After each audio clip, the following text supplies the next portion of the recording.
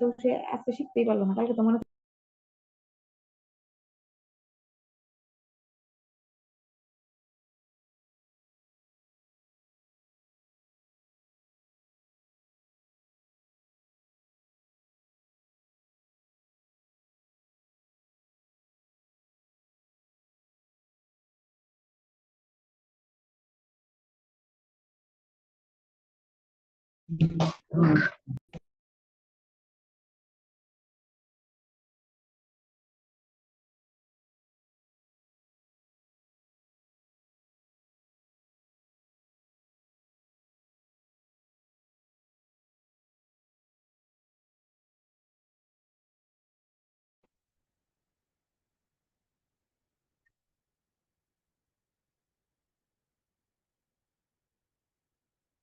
আসসালামু আলাইকুম, সবাই কেমন আছেন?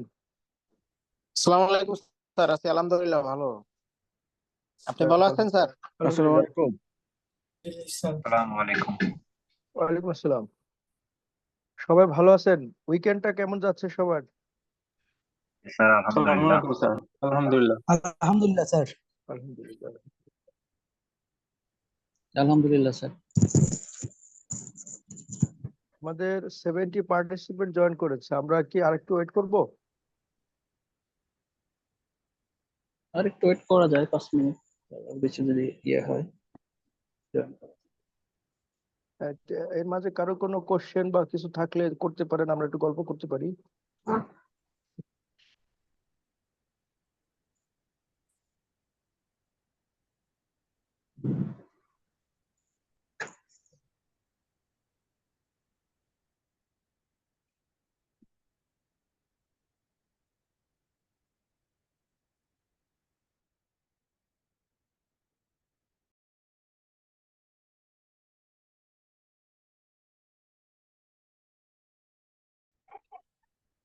Hello sir.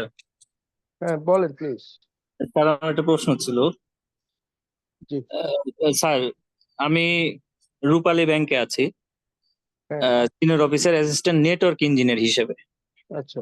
তো আমাদের কাজকর্ম সাধারণত জোনাল অফিসে হয়, মানে আইটি রিলেটেড। জি জি। তো এই সিএমএ টা আমার জন্য কতটুকু কাজে লাগতে পারে স্যার, নাকি ভবিষ্যতে হয়তো এজিএম পর্যন্ত আমাদের আইটি রিলেটেড, আবার এরকম শুনছি যে এজিএম এর পর থেকে নাকি আর আইটি বলে কিছু থাকে না, মানে মার্জ হয়ে যায়। এই সম্পর্কে আমার তেমন জানা নাই স্যার, একটু যদি বলতেন। আইটি রিলেটেড এবং আইটি মার্জ হয়ে যায়, বিষয়টা ক্লিয়ার না, মানে কি বিষয়ে? মানে এজিএম এর পরে সম্ভবত আইটির আর কোনো পোস্ট নাই কোথায় পোস্ট নাই? ব্যাংকে। তো মানে ডেজিগনেশন অ্যাসিস্ট্যান্ট জেনারেল ম্যানেজারের পরে, তাই তো? জি স্যার। হায়ারার্কি তো আর আপনার স্ট্যান্ডার্ড না, এটা তো একটা ডায়নামিক প্রসেস। পে স্কেল কি বলে আপনার ইয়েটা, অর্গানোগ্রাম তো টাইম টু টাইম চেঞ্জ হয়। আর আপনি যে সব সময় মোবাইল ব্যাংকেই থাকবেন তাও না। হ্যাঁ। আর রূপালী ব্যাংকে আছে স্যার। হ্যাঁ, রূপালী ব্যাংক, আমাদের কাজী সানাউল হক সাহেব বোধহয় চেয়ারম্যান আপনাদের। জি স্যার। হুম। আমাদের এক সময় ডাইরেক্টর ছিলেন উনি। এখন বিষয়টা হলো CMA, cost and management accountants. আমাদের কাজগুলো, সিএমএ দের কাজ হলো আপনার ডাক্তারের মতো। সিএমএ দের ম্যাক্সিমাম কাজই হলো আপনার diagnostic review, analysis and MIS. ঠিক আছে। মানে বিষয়টা যদি আরেকটু মানে ব্যাখ্যা দিয়ে বোঝাতে চাই, তাহলে হচ্ছে এরকম যে ধরেন একটা প্রতিষ্ঠান দুইটা প্রোডাক্ট নিয়ে কাজ করে। ধরেন একটা কসমেটিক্স মানে বিক্রয়কারী প্রতিষ্ঠানের কথা যদি বলি, যে সে আপনার ওই বিউটি ক্রিম, বিউটি ক্রিমের ব্যবসাও করে, ক্রয় করে বিক্রি করে, আবার পাউডারও বিক্রি করে, দুইটাই প্রোডাক্ট। তো বিউটি ক্রিমটা 100 টাকা করে কিনে 200 টাকা করে বিক্রি করে, প্রতি প্রোডাক্টের মার্জিন হচ্ছে 100 টাকা। আর পাউডারটা, এটাও 100 টাকা করে ক্রয় করে কিন্তু বিক্রয় করে 150 টাকা করে, মার্জিন হলো 50 টাকা। তো আপনারা জানেন যে প্রত্যেকটা ব্যবসায় কিছু কমন এক্সপেন্স থাকে, অর্থাৎ টপ ম্যানেজমেন্ট, তারপরে অফিস স্পেস, বা আপনার সুপারভাইজারি লেভেলে যে এক্সিকিউটিভ গুলো থাকে তাদের স্যালারি অ্যালাউন্সেস, এই যে যেগুলো। তো প্রবলেমটা কোথায় হয়েছে? প্রবলেম হয়েছে হলো এই দুইটা প্রোডাক্টে দুজন সিও আছে, দুজন সিও কে দায়িত্ব দেওয়া আছে এই দুইটা প্রোডাক্ট দেখানোর জন্য। তো পাউডার প্রোডাক্ট যেটা, এই প্রোডাক্টের সিও হলো আলকের শ্যালক, আর এই বিউটি ক্রিম যেটা, এটার সিও আছে আউটসাইডার একজন। তো এই মালিকের শ্যালক হওয়ার সুবিধার্থে বা মালিকের কাছাকাছি লোক হওয়ার সুবিধার্থে সে কি করেছে, মালিককে ম্যানেজ করে এই যে টপ ম্যানেজমেন্টের যে কমন এক্সপেন্স, এটা কি করেছে, আপনার সিংহভাগ 80% চাপিয়ে দিয়েছে বিউটি ক্রিমের উপরে। অর্থাৎ আপনার টপ ম্যানেজমেন্টের যে খরচ, যদি আপনার এরকম হয় যে একটা একটা করেই পণ্য বিক্রি হয়েছে, তাহলে একটা পণ্য বিক্রি করে বিউটি ক্রিমের আয় হয় হলো 100 টাকা, আর পাউডারের আয় হয় হলো 50 টাকা। আর টপ ম্যানেজমেন্টের খরচ যদি 100 টাকা হয়, তাহলে ও কি করেছে, 80 টাকা খরচ, 80% খরচ চাপিয়ে দিয়েছে বিউটি ক্রিমের উপরে। অর্থাৎ তাহলে বিউটি ক্রিমের নেট থাকলো কত, 20 টাকা। আর 20 টাকা। আর 20 টাকা চাপিয়েছে পাউডারের উপর, তাহলে পাউডারের নেট থাকলো কত, 30 টাকা, তাই না? 30 টাকা। তো এখন যখন আলটিমেটলি ডে এন্ডে যখন ইভ্যালুয়েশন করা হয়েছে, ইভ্যালুয়েশন করে দেখে যে না, বিউটি ক্রিমটা লুজিং প্রোডাক্ট, এটা দিয়ে আসলে ব্যবসা করা যাচ্ছে না, এটা মালিকের পছন্দ হচ্ছে না। মালিক কি করতেছে, মালিক বিজনেসটাকে ডিসকার্ড করে দিছে। বিউটি ক্রিম তুলনায় বিউটি ক্রিমে 10 টাকা করে লস, সুতরাং এটা করা যাবে না। তো মালিক যখন এটা দেখে বিউটি ক্রিমটা বাদ দিয়ে দিছে, শুধু পাউডার বিক্রি করছে, তো আমরা অ্যানালাইসিসের সাথে যদি ধরি এরকম যে বিউটি ক্রিম যে 1 ইউনিট বিক্রি করতো, সেটার পরিবর্তে পাউডার 1 ইউনিট বিক্রি হয়েছে, বিউটি ক্রিম তো এখন আর নাই, তাহলে দুইটা পাউডার বিক্রি করে তার গ্রস প্রফিট এসেছে কত, 50-50-100 টাকা, তাই না? এইবার জি স্যার। যখন সে এই টপ ম্যানেজমেন্টের কমন এক্সপেন্সটা নেট অফ করতে গেছে, তার পুরো 100 টাকায় তখন পাউডার চার্জ করতে হবে, পাউডার চার্জ করে দেখে জিরো। তখন মালিকের টনক নড়ছে, আরে ঘটনা কি, আগে যখন একটা পাউডার বিক্রি করছো তখন লাভ হচ্ছে 30 টাকা, আর এখন দুইটা পাউডার বিক্রি করার পরেও কোনো প্রফিট নাই, শূন্য, এটা কি ঘটনা? তখন তো কোনো জবাব নাই। তো সেই জায়গাগুলোতে অ্যানালাইসিস করতে হয় যে কি সমস্যা, কি সমস্যা। দেখা গেল যে কমন কস্ট অ্যালোকেশনে গড়মিল, কমন কস্ট অ্যালোকেশনে গড়মিল করে প্রফিটেবল প্রোডাক্টটাকে বানানো হয়েছে লুজিং প্রোডাক্ট, আর লুজিং প্রোডাক্টটাকে বানানো হয়েছে প্রফিটেবল প্রোডাক্ট। এই যে যে অ্যানালাইসিসটা এতক্ষণ যে গল্পটা করলাম, এটা সিএম এরাই কিন্তু এই গল্পগুলো বলতে পারবে, জানতে পারবে, এবং এটা করার সুযোগ আছে। অন্যদের ক্ষেত্রে কিন্তু এটা করার সুযোগ নাই, বা অন্যদের এই এই অ্যাঙ্গেল থেকে অ্যানালাইসিস করার সুযোগটা নাই। হ্যাঁ, অর্থাৎ ব্যাক এন্ডে যে কমন এক্সপেন্স অ্যালোকেশন, যারা অ্যাকাউন্টিং ব্যাকগ্রাউন্ডের আপনারা, তারা অ্যাক্টিভিটি বেস কস্টিং সম্পর্কে নিশ্চয় ধারণা আছে। যে যতটুকু অ্যাক্টিভিটি শেয়ার করবে সে ততটুকু কস্ট শেয়ার করবে, একটা কনসেপ্ট আছে।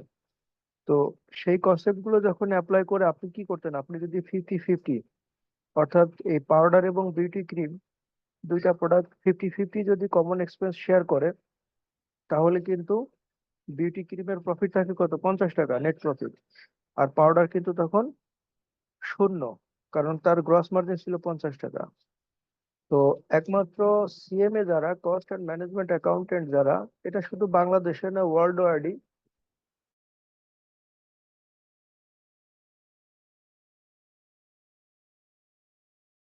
শুধু,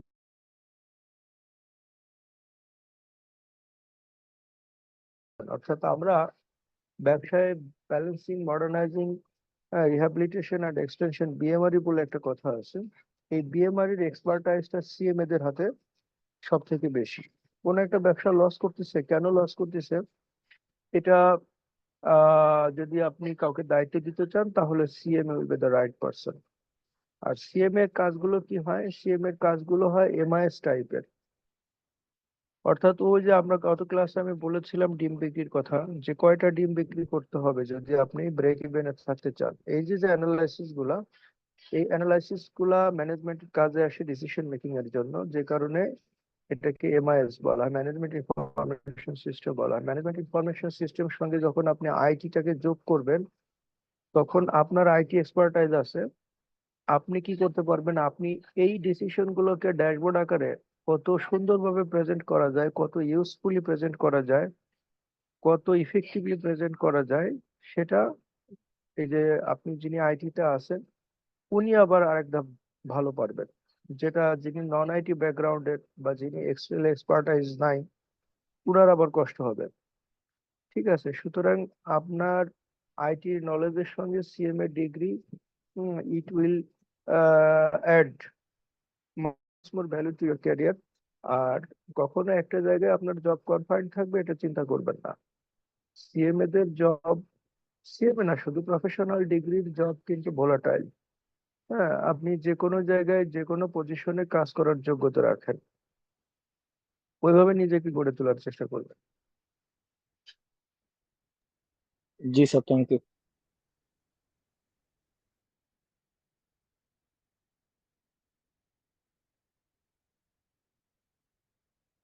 আর আমরা কি শুরু করতে পারি? 8টা বাজে। জি স্যার। জি স্যার। জি স্যার। আচ্ছা, বিসমিল্লাহির রহমানির রহিম। আহ, সম্মানিত লার্নিং পার্টনার যারা আমার সঙ্গে যুক্ত আছেন এই মুহূর্তে অনলাইনে, সবাইকে গুড ইভিনিং। এবং ওদের আজকের যে আহ, শিক্ষা কার্যক্রমের অংশ হিসেবে আজকে আমরা যে অংশটুকু জানতে চাওয়ার আগ্রহ প্রকাশ করছি, আল্লাহ তৌফিক দিলে আমরা সেটা শেখার চেষ্টা করব।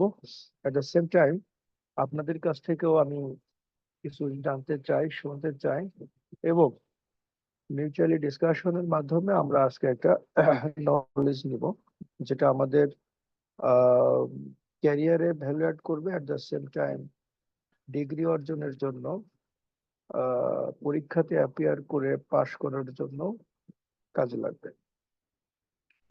তো আমি শুরু করি।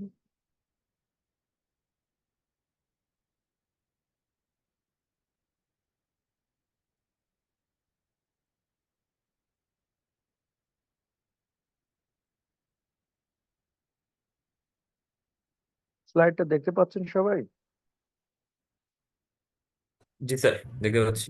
জি স্যার, দেখতে পাচ্ছি। আমাদের আজকের topic conceptual framework of financial accounting, class number 2। আপনাদের সিলেবাসে যেটা আছে, আমরা যে বিষয়গুলো আজকে ডিসকাশন কভার করব তার ভিতরে হচ্ছে need for financial record and importance of accounting, তারপরে users of accounting information, qualitative characteristics of accounting information, accounting concepts and conventions, key elements of financial statement, ethical issue financial cycle, concept of an integrated reporting। এই বিষয়গুলো আমরা cover সিলেবাসের সঙ্গে align করে। By the আমার সঙ্গে class এটা বোধহয় আরো 2জন টিচার করাচ্ছে, অন্যরা কিভাবে পড়াচ্ছে বা কি দেখি সেগুলোর দিকে একটু খেয়াল রাখবেন। হ্যাঁ,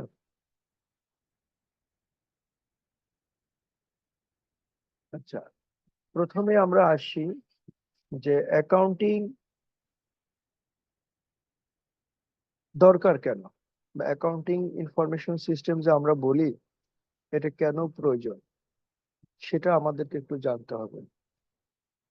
আমাদের অ্যাকাউন্টিংটা যে কারণে লাগে, আমরা একটা কথা সবসময় বলি, অ্যাকাউন্টিংটা কিন্তু একটা প্রফেশন। অ্যাকাউন্টিং প্রফেশনটা এমন একটা প্রফেশন, এটার রেসপন্সিবিলিটি অন্যান্য প্রফেশন থেকে আরো বেশি।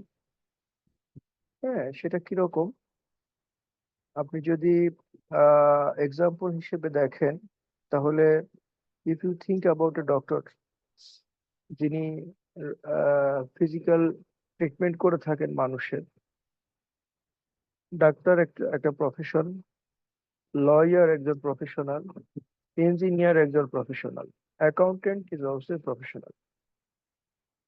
আপনি যদি এখন রোল দেখেন সবার, তাহলে একজন ডাক্তার যদি কোনো কারণে ভুল করে, তাহলে একটা পার্টিকুলার রোগী, যে রোগী ট্রিটমেন্ট করতে উনি ভুল করলেন, ওই রোগীর লাইফটা পেটের ভিতরে পড়ে, ওই রোগী রিস্কি ফিল করে নিজেকে। আবার যদি একজন ইঞ্জিনিয়ার, উনি যদি ভুল করেন, তাহলে ওই ইঞ্জিনিয়ার যে ম্যাটারটা নিয়ে ডিল করছেন, হতে পারেন উনি আর্কিটেকচারাল ইঞ্জিনিয়ার, হতে পারেন উনি ইলেকট্রিক্যাল ইঞ্জিনিয়ার, হতে পারেন উনি কম্পিউটার সায়েন্টিস্ট, উনি যে ম্যাটারটা নিয়ে ডিল করেন ওই পার্টিকুলার ম্যাটারটা ক্ষতিগ্রস্ত হয় ইঞ্জিনিয়ারের ভুলের কারণে। লয়ারের কথা যদি চিন্তা করেন, লয়ার যদি কোনো কারণে ভুল করে, তাহলে লয়ার যে ক্লায়েন্ট নিয়ে ডিল করেন, পার্টিকুলারলি ওই একজন ক্লায়েন্টেরই ক্ষতি হয়। তো অ্যাকাউন্টেন্ট যদি ভুল করে, কারণ অ্যাকাউন্টেন্ট আমরা বলেছিলাম যে অ্যাকাউন্টিং হচ্ছে ল্যাঙ্গুয়েজ অফ বিজনেস, তো এই ব্যবসায়ের ভাষাটাকে তৈরি করার দায়িত্ব থাকে হচ্ছে অ্যাকাউন্টেন্টের উপরে। তাহলে ওই যে যেটা বললাম কিছুক্ষণ আগে, একটা গল্প বলেছি ইনফরমালি, যে আপনার বিউটি ক্রিম এবং ওই যে আপনার পাউডারের যে এক্সাম্পলটা, এই যে যে ইনফরমেশনটা আমরা গল্প আকারে জানলাম, ওই বিষয়টা যদি সামনে কেউ নিয়ে আসে রিপোর্ট আকারে, যে আপনার এই বিউটি ক্রিম হচ্ছে লুজিং প্রোডাক্ট আর পাউডার হচ্ছে প্রফিটেবল প্রোডাক্ট, এটা কি সঠিক ইনফরমেশন ছিল? না স্যার। এটা কিন্তু সঠিক ইনফরমেশন ছিল না। অর্থাৎ ওই পার্টিকুলার বিজনেসের ফাইন্যান্সিয়াল স্টেটমেন্ট বা ইনকাম স্টেটমেন্ট যদি প্রোডাক্ট ওয়াইজ যদি শো করে দেখানো হতো, তাহলে ইউজার যারা, তারা দেখতো যে না, বিউটি ক্রিমটা আসলে লুজিং,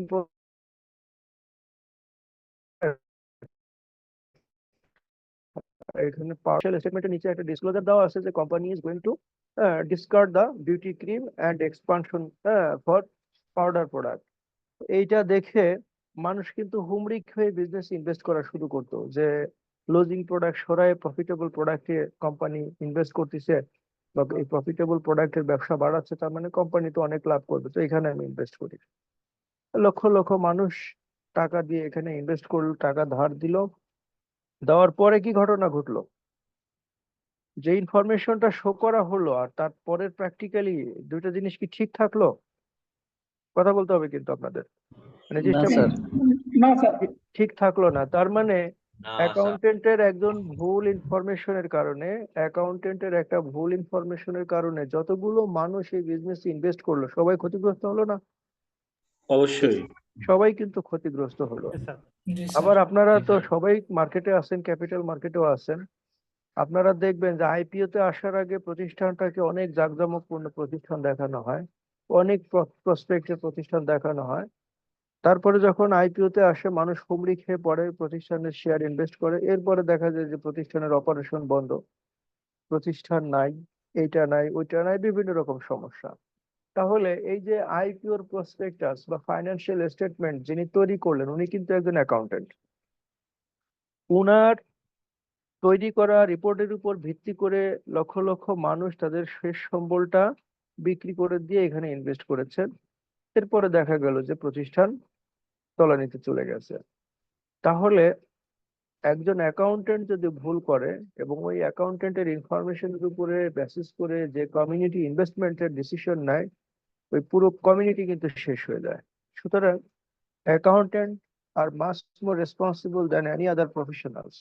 আপনারা যারা অ্যাকাউন্টিং এর কাজ করে থাকেন চাকরির ক্ষেত্রে, সেটা যে পজিশনে হোক না কেন, আপনারা এই বিষয়টা খেয়াল রাখবেন যে আপনার রেসপন্সিবিলিটি অন্যদের তুলনায় অনেক বেশি।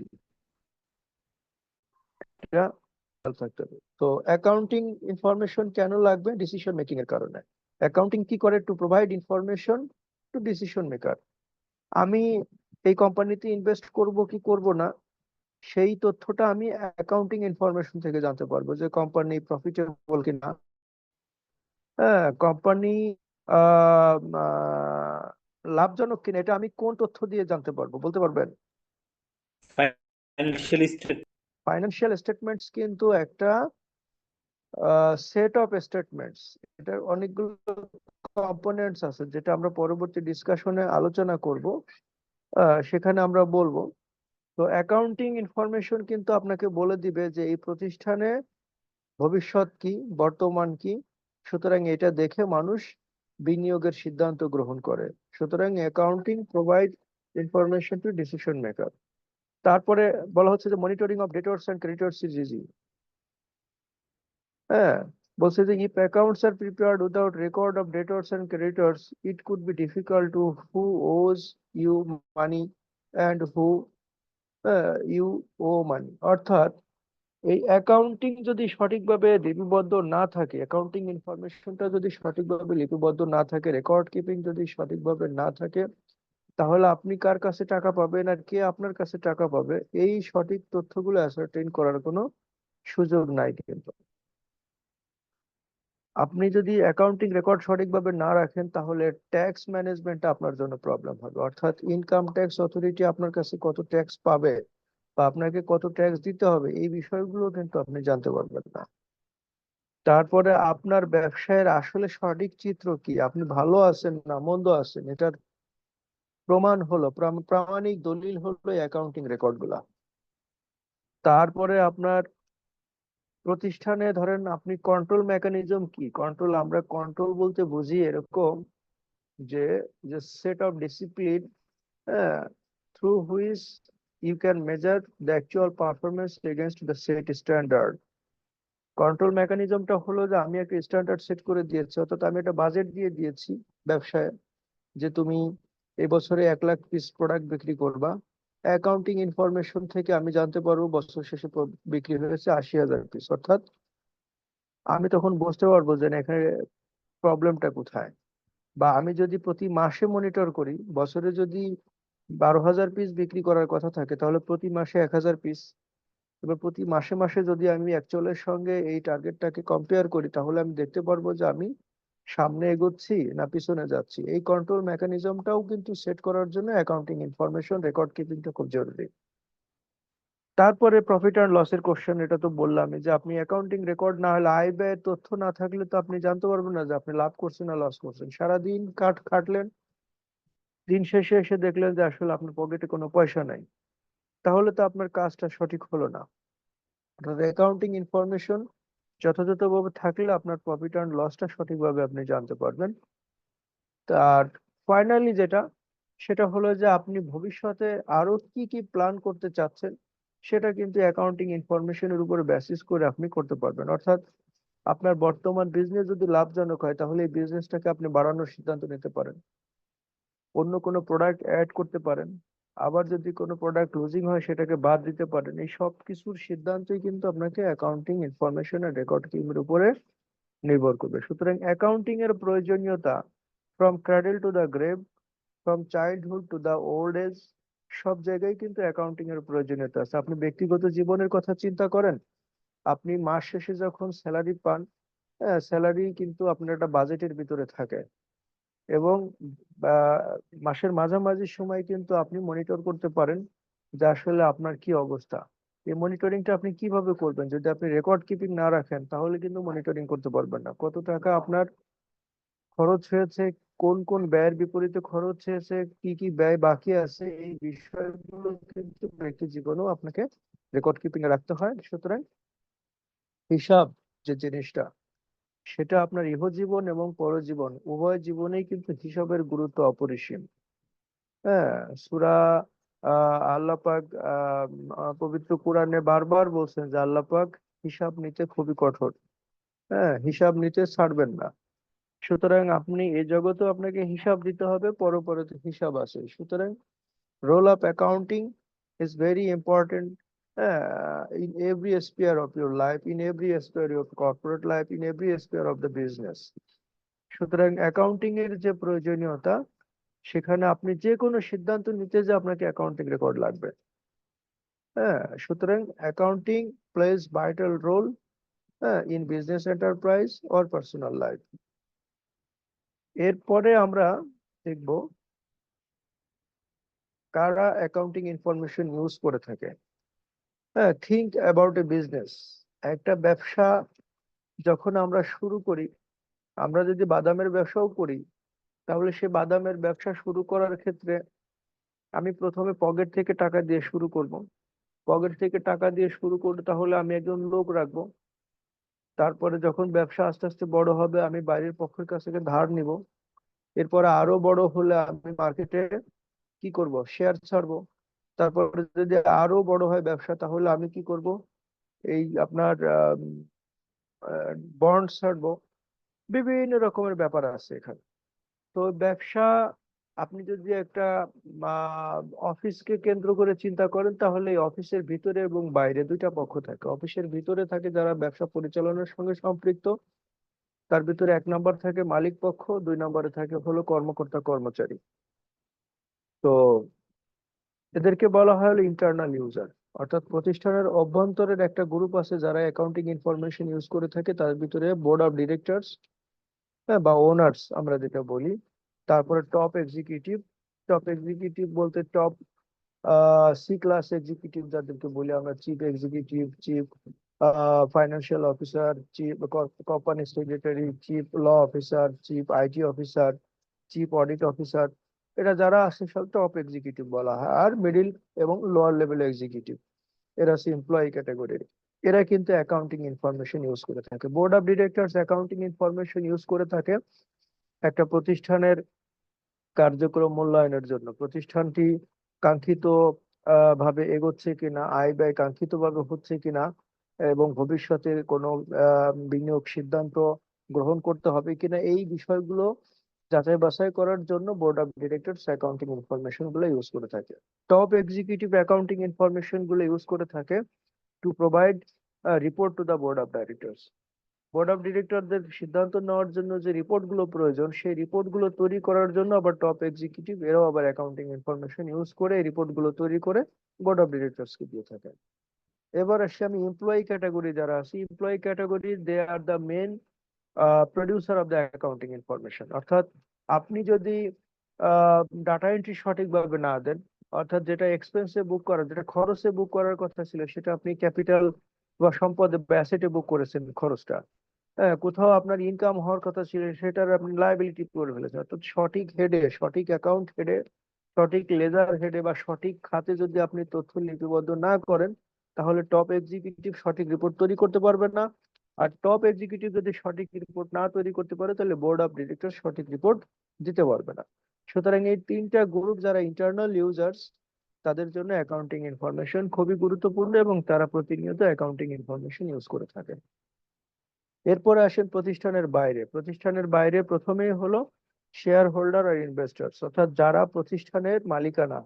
শেয়ার হোল্ডার বলতে হচ্ছে প্রতিষ্ঠানের মালিকানার অংশ যারা ক্রয় করেছেন, তাদেরকে বলা হয় শেয়ার হোল্ডার। অর্থাৎ প্রতিষ্ঠানের যদি 100 টাকা থাকে এবং তাকে যদি আপনি 100 ভাগে ভাগ করেন, তাহলে প্রতিটা ভাগই হচ্ছে একটা করে শেয়ার। যিনি 1 টাকা দিয়ে একটা শেয়ার ক্রয় করলেন, উনাকে শেয়ার হোল্ডার বলা হয়। তো উনি শেয়ার হোল্ডার হিসেবে উনি অ্যাকাউন্টিং ইনফরমেশন ইউজ করে কোনটা, আপনি যখন প্রতিষ্ঠানের আয় ব্যয়ের তথ্য প্রকাশ করেন, তখন কিন্তু শেয়ার হোল্ডার এই ইনফরমেশন ইউজ করে দেখে যে আমি যে এই প্রতিষ্ঠানের শেয়ার কিনলাম বা বিনিয়োগ করলাম, তো এটা আমার লাভ হলো না লস হলো, সেটা ইভ্যালুয়েট করার জন্য কিন্তু শেয়ার হোল্ডার, হ্যাঁ, আপনার এই অ্যাকাউন্টিং ইনফরমেশন ইউজ করে থাকে। ক্রেডিটর, যিনি যিনি আপনাকে টাকা ধার দিয়েছে অথবা বাকিতে মাল দিয়েছে, ইনিও কিন্তু আপনার তথ্য এই অ্যাকাউন্টিং ইনফরমেশন দেখে। অর্থাৎ আপনার অ্যাটলিস্ট কিছু না দেখলেও আপনার আয় ব্যয়ের চিত্র দেখে যে এই বিচারায় বা এই ব্যবসা কি লাভে আছে কিনা। যদি লাভে না থেকে থাকে, উনি কিন্তু আপনাকে টাকা ধার দিবে না, বা উনি আপনার কাছে বাকি তার মালও বিক্রি করবে না। সুতরাং আপনার অ্যাকাউন্টিং ইনফরমেশন কিন্তু ক্রেডিটর ইউজ করে তার সিদ্ধান্ত নেওয়ার জন্য যে সে পুনরায় আপনাকে ধার বা বাকিতে মাল বিক্রি করবে কিনা। গভর্নমেন্ট আপনার তথ্য ইউজ করে। গভর্নমেন্ট আপনার অ্যাকাউন্টিং ইনফরমেশনটা কেন ইউজ করে?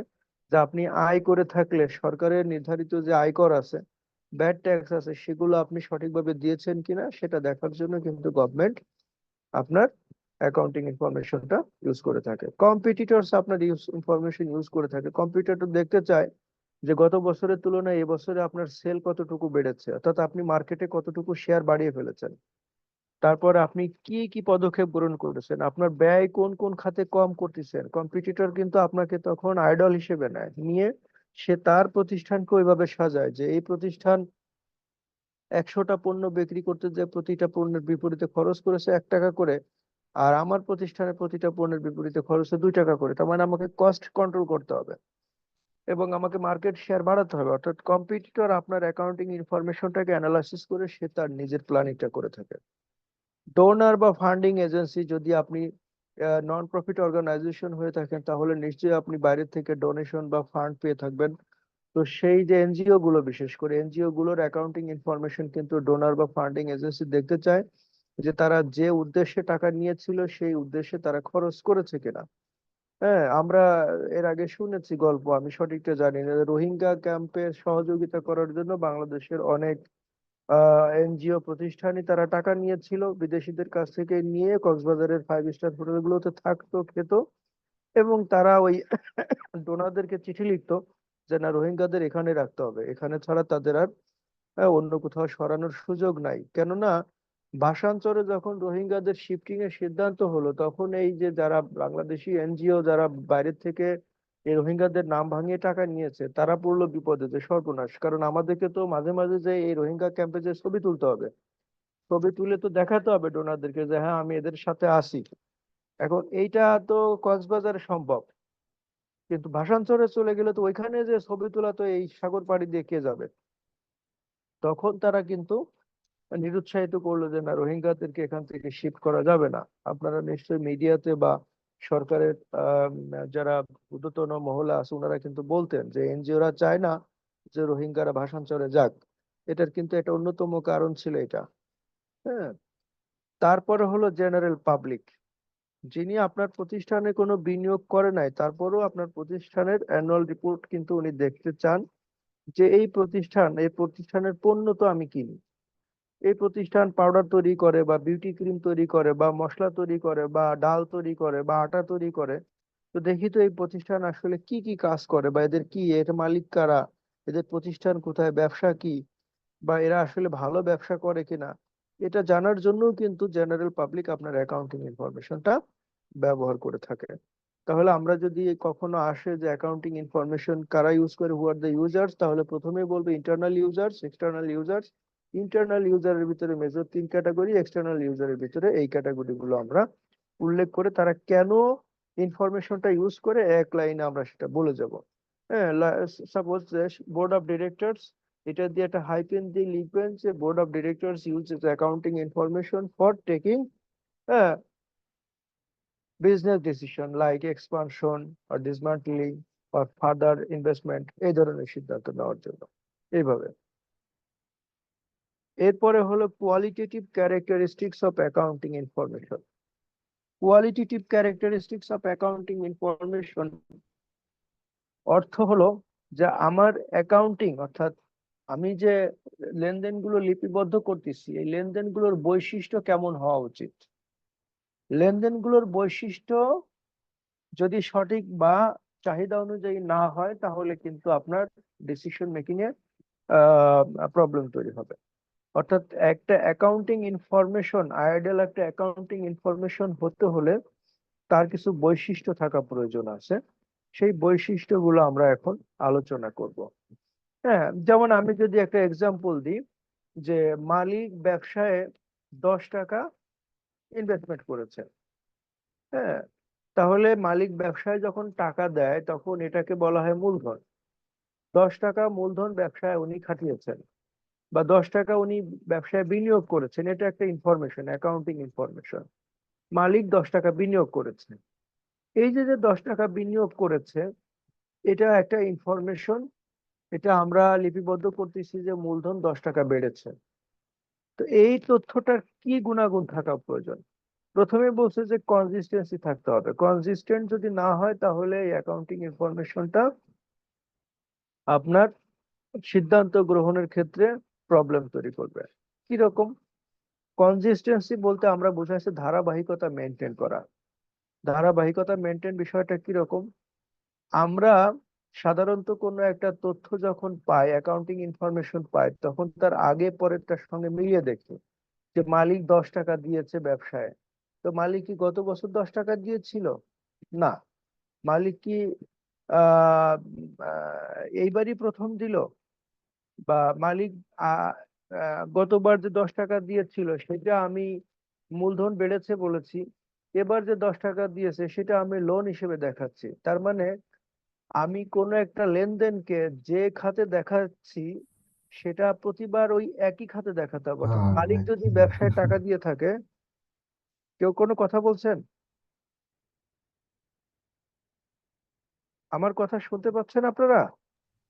জি স্যার। আচ্ছা, জি স্যার, শোনা যাচ্ছে। মালিক যদি ব্যবসায় টাকা দিয়ে থাকে তাহলে এটাকে আমরা মূলধন বৃদ্ধি হিসেবে যদি রেকর্ড করে থাকি, যতবার মালিক ব্যবসায় টাকা দিবে ততবার এটা মূলধন হিসেবে রেকর্ড করতে হবে। অর্থাৎ কনসিস্টেন্টলি সেম ট্রানজাকশন সেম ওয়েতে রেকর্ড করতে হবে। এটাই হলো কনসিস্টেন্সির ব্যাপার। অর্থাৎ accounting information should be consistent from years to years, each time. এই যে একটা কথা এখানে আছে যে each time using the same formula, heading, grouping, so that result will be, এই যে এখানে result will be directly comparable. এই যে দেখেন, একটা precisely the same way, each time যতবার ঘটবে, using the same formula, same heading, same grouping. হ্যাঁ, যতবার মালিক টাকা দিবে ততবারই আপনি এখানে ইকুইটিতে দেখাতে হবে, অর্থাৎ মূলধনে দেখা। যতবার ব্যাংক আপনাকে লোন দিবে ততবার আপনি লোন হিসেবে এটা দেখাবেন। হ্যাঁ, এই কনসিস্টেন্সিটা থাকতে হবে। অর্থাৎ একই লেনদেন বারবার যদি ঘটে তাহলে এটাকে একই হেডে একই ওয়েতে দেখাতে হবে। এটা হচ্ছে অ্যাকাউন্টিং ইনফরমেশনের প্রথম বৈশিষ্ট্য। 2 নাম্বার হলো timeliness. Accounting information must be prepared and submitted in time when it is required. টাইমলিনেসটা ইজ ভেরি ইম্পর্টেন্ট। সময় মতো হতে হবে অ্যাকাউন্টিং ইনফরমেশনটা। সেটা কি রকম? আপনি ব্যাংক থেকে লোন নিয়েছেন মাসের 30 তারিখে। আমাদের অনেকেরই যারা এখানে আসেন অ্যাকাউন্টসে কাজ করেন জানেন যে ওই ইয়ে ডাটা এন্ট্রিটা অনেক সময় ব্যস্ততার কারণে টাইমলি দেওয়া হয় না। তো ওইটা মাসের 3-4 তারিখেও আমরা ব্যাকডেটে জার্নাল এন্ট্রি দিয়ে থাকি সিস্টেমে, সফটওয়্যার যারা আমরা ইউজ করি। তো আমি কি করেছি, আমি ওই 30 তারিখে জার্নাল এন্ট্রিটা, ব্যাংক লোন রিসিভ করার জার্নাল এন্ট্রিটা 30 তারিখে আমি দিতে পারি নাই। তো আমি ব্যাকডেটে যে দিব, ব্যাকডেটে দিতে যে এটা স্কিপ করে গেছে, এটা আমি 5 তারিখে এন্ট্রি দিয়েছি। এবার 30 তারিখের ডেটে যখন আমি মালিক পক্ষকে রিপোর্ট দিয়েছি বা ম্যানেজমেন্ট টপ আমার বসকে রিপোর্ট দিয়েছি, তখন কিন্তু ওই রিপোর্টের ভিতরে কি ওই ব্যাংক লোনের তথ্যটা নাই। ব্যাংক লোনের তথ্যটা নাই, তখন ব্যাংক লোনের তথ্য না থাকা মানে হচ্ছে আপনার ঋণ কম দেখানো হয়েছে। ঋণ কম দেখানো মানে হচ্ছে লায়াবিলিটি কম হয়ে গেছে, অ্যাসেট বেড়ে গেছে। তখন তো আপনার এইটা যখন আবার বোর্ড অফ ডাইরেক্টরস এর কাছে যাবে, তারাও তো খুশি যে না আমার অ্যাসেট ভালো আছে। আদতে তো অ্যাসেট ভালো না, কারণ আপনি অ্যাকাউন্টিংটা তো ওই ইনফরমেশনটা তো টাইমলি রেকর্ড করেন নাই। টাইমলি যদি আপনি ইনফরমেশন প্রিপেয়ার এবং রিপোর্ট করতেন, সাবমিট করতেন, তাহলে কিন্তু তথ্যটা অন্যরকম হতো। তো সেই এবং টাইমলি না হওয়ার কারণে কি হলো, একটা ভুল ইনফরমেশন গেল এবং সিদ্ধান্তটা ভুল হলো। এই জন্য অ্যাকাউন্টিং ইনফরমেশনের ভিতরে যে আর একটা বৈশিষ্ট্য বলছে, এটা টাইমলিনেস, অর্থাৎ এটা must be prepared and submitted in time. যখন ঘটেছে তখনই এটা লিপিবদ্ধ করতে হবে। আন্ডারস্ট্যান্ডেবল, এটা আন্ডারস্ট্যান্ডেবল হতে হবে, অর্থাৎ বোধগম্য হতে হবে, সবাই যেন বোঝে এটা। হ্যাঁ, সবাই যেন বোঝে।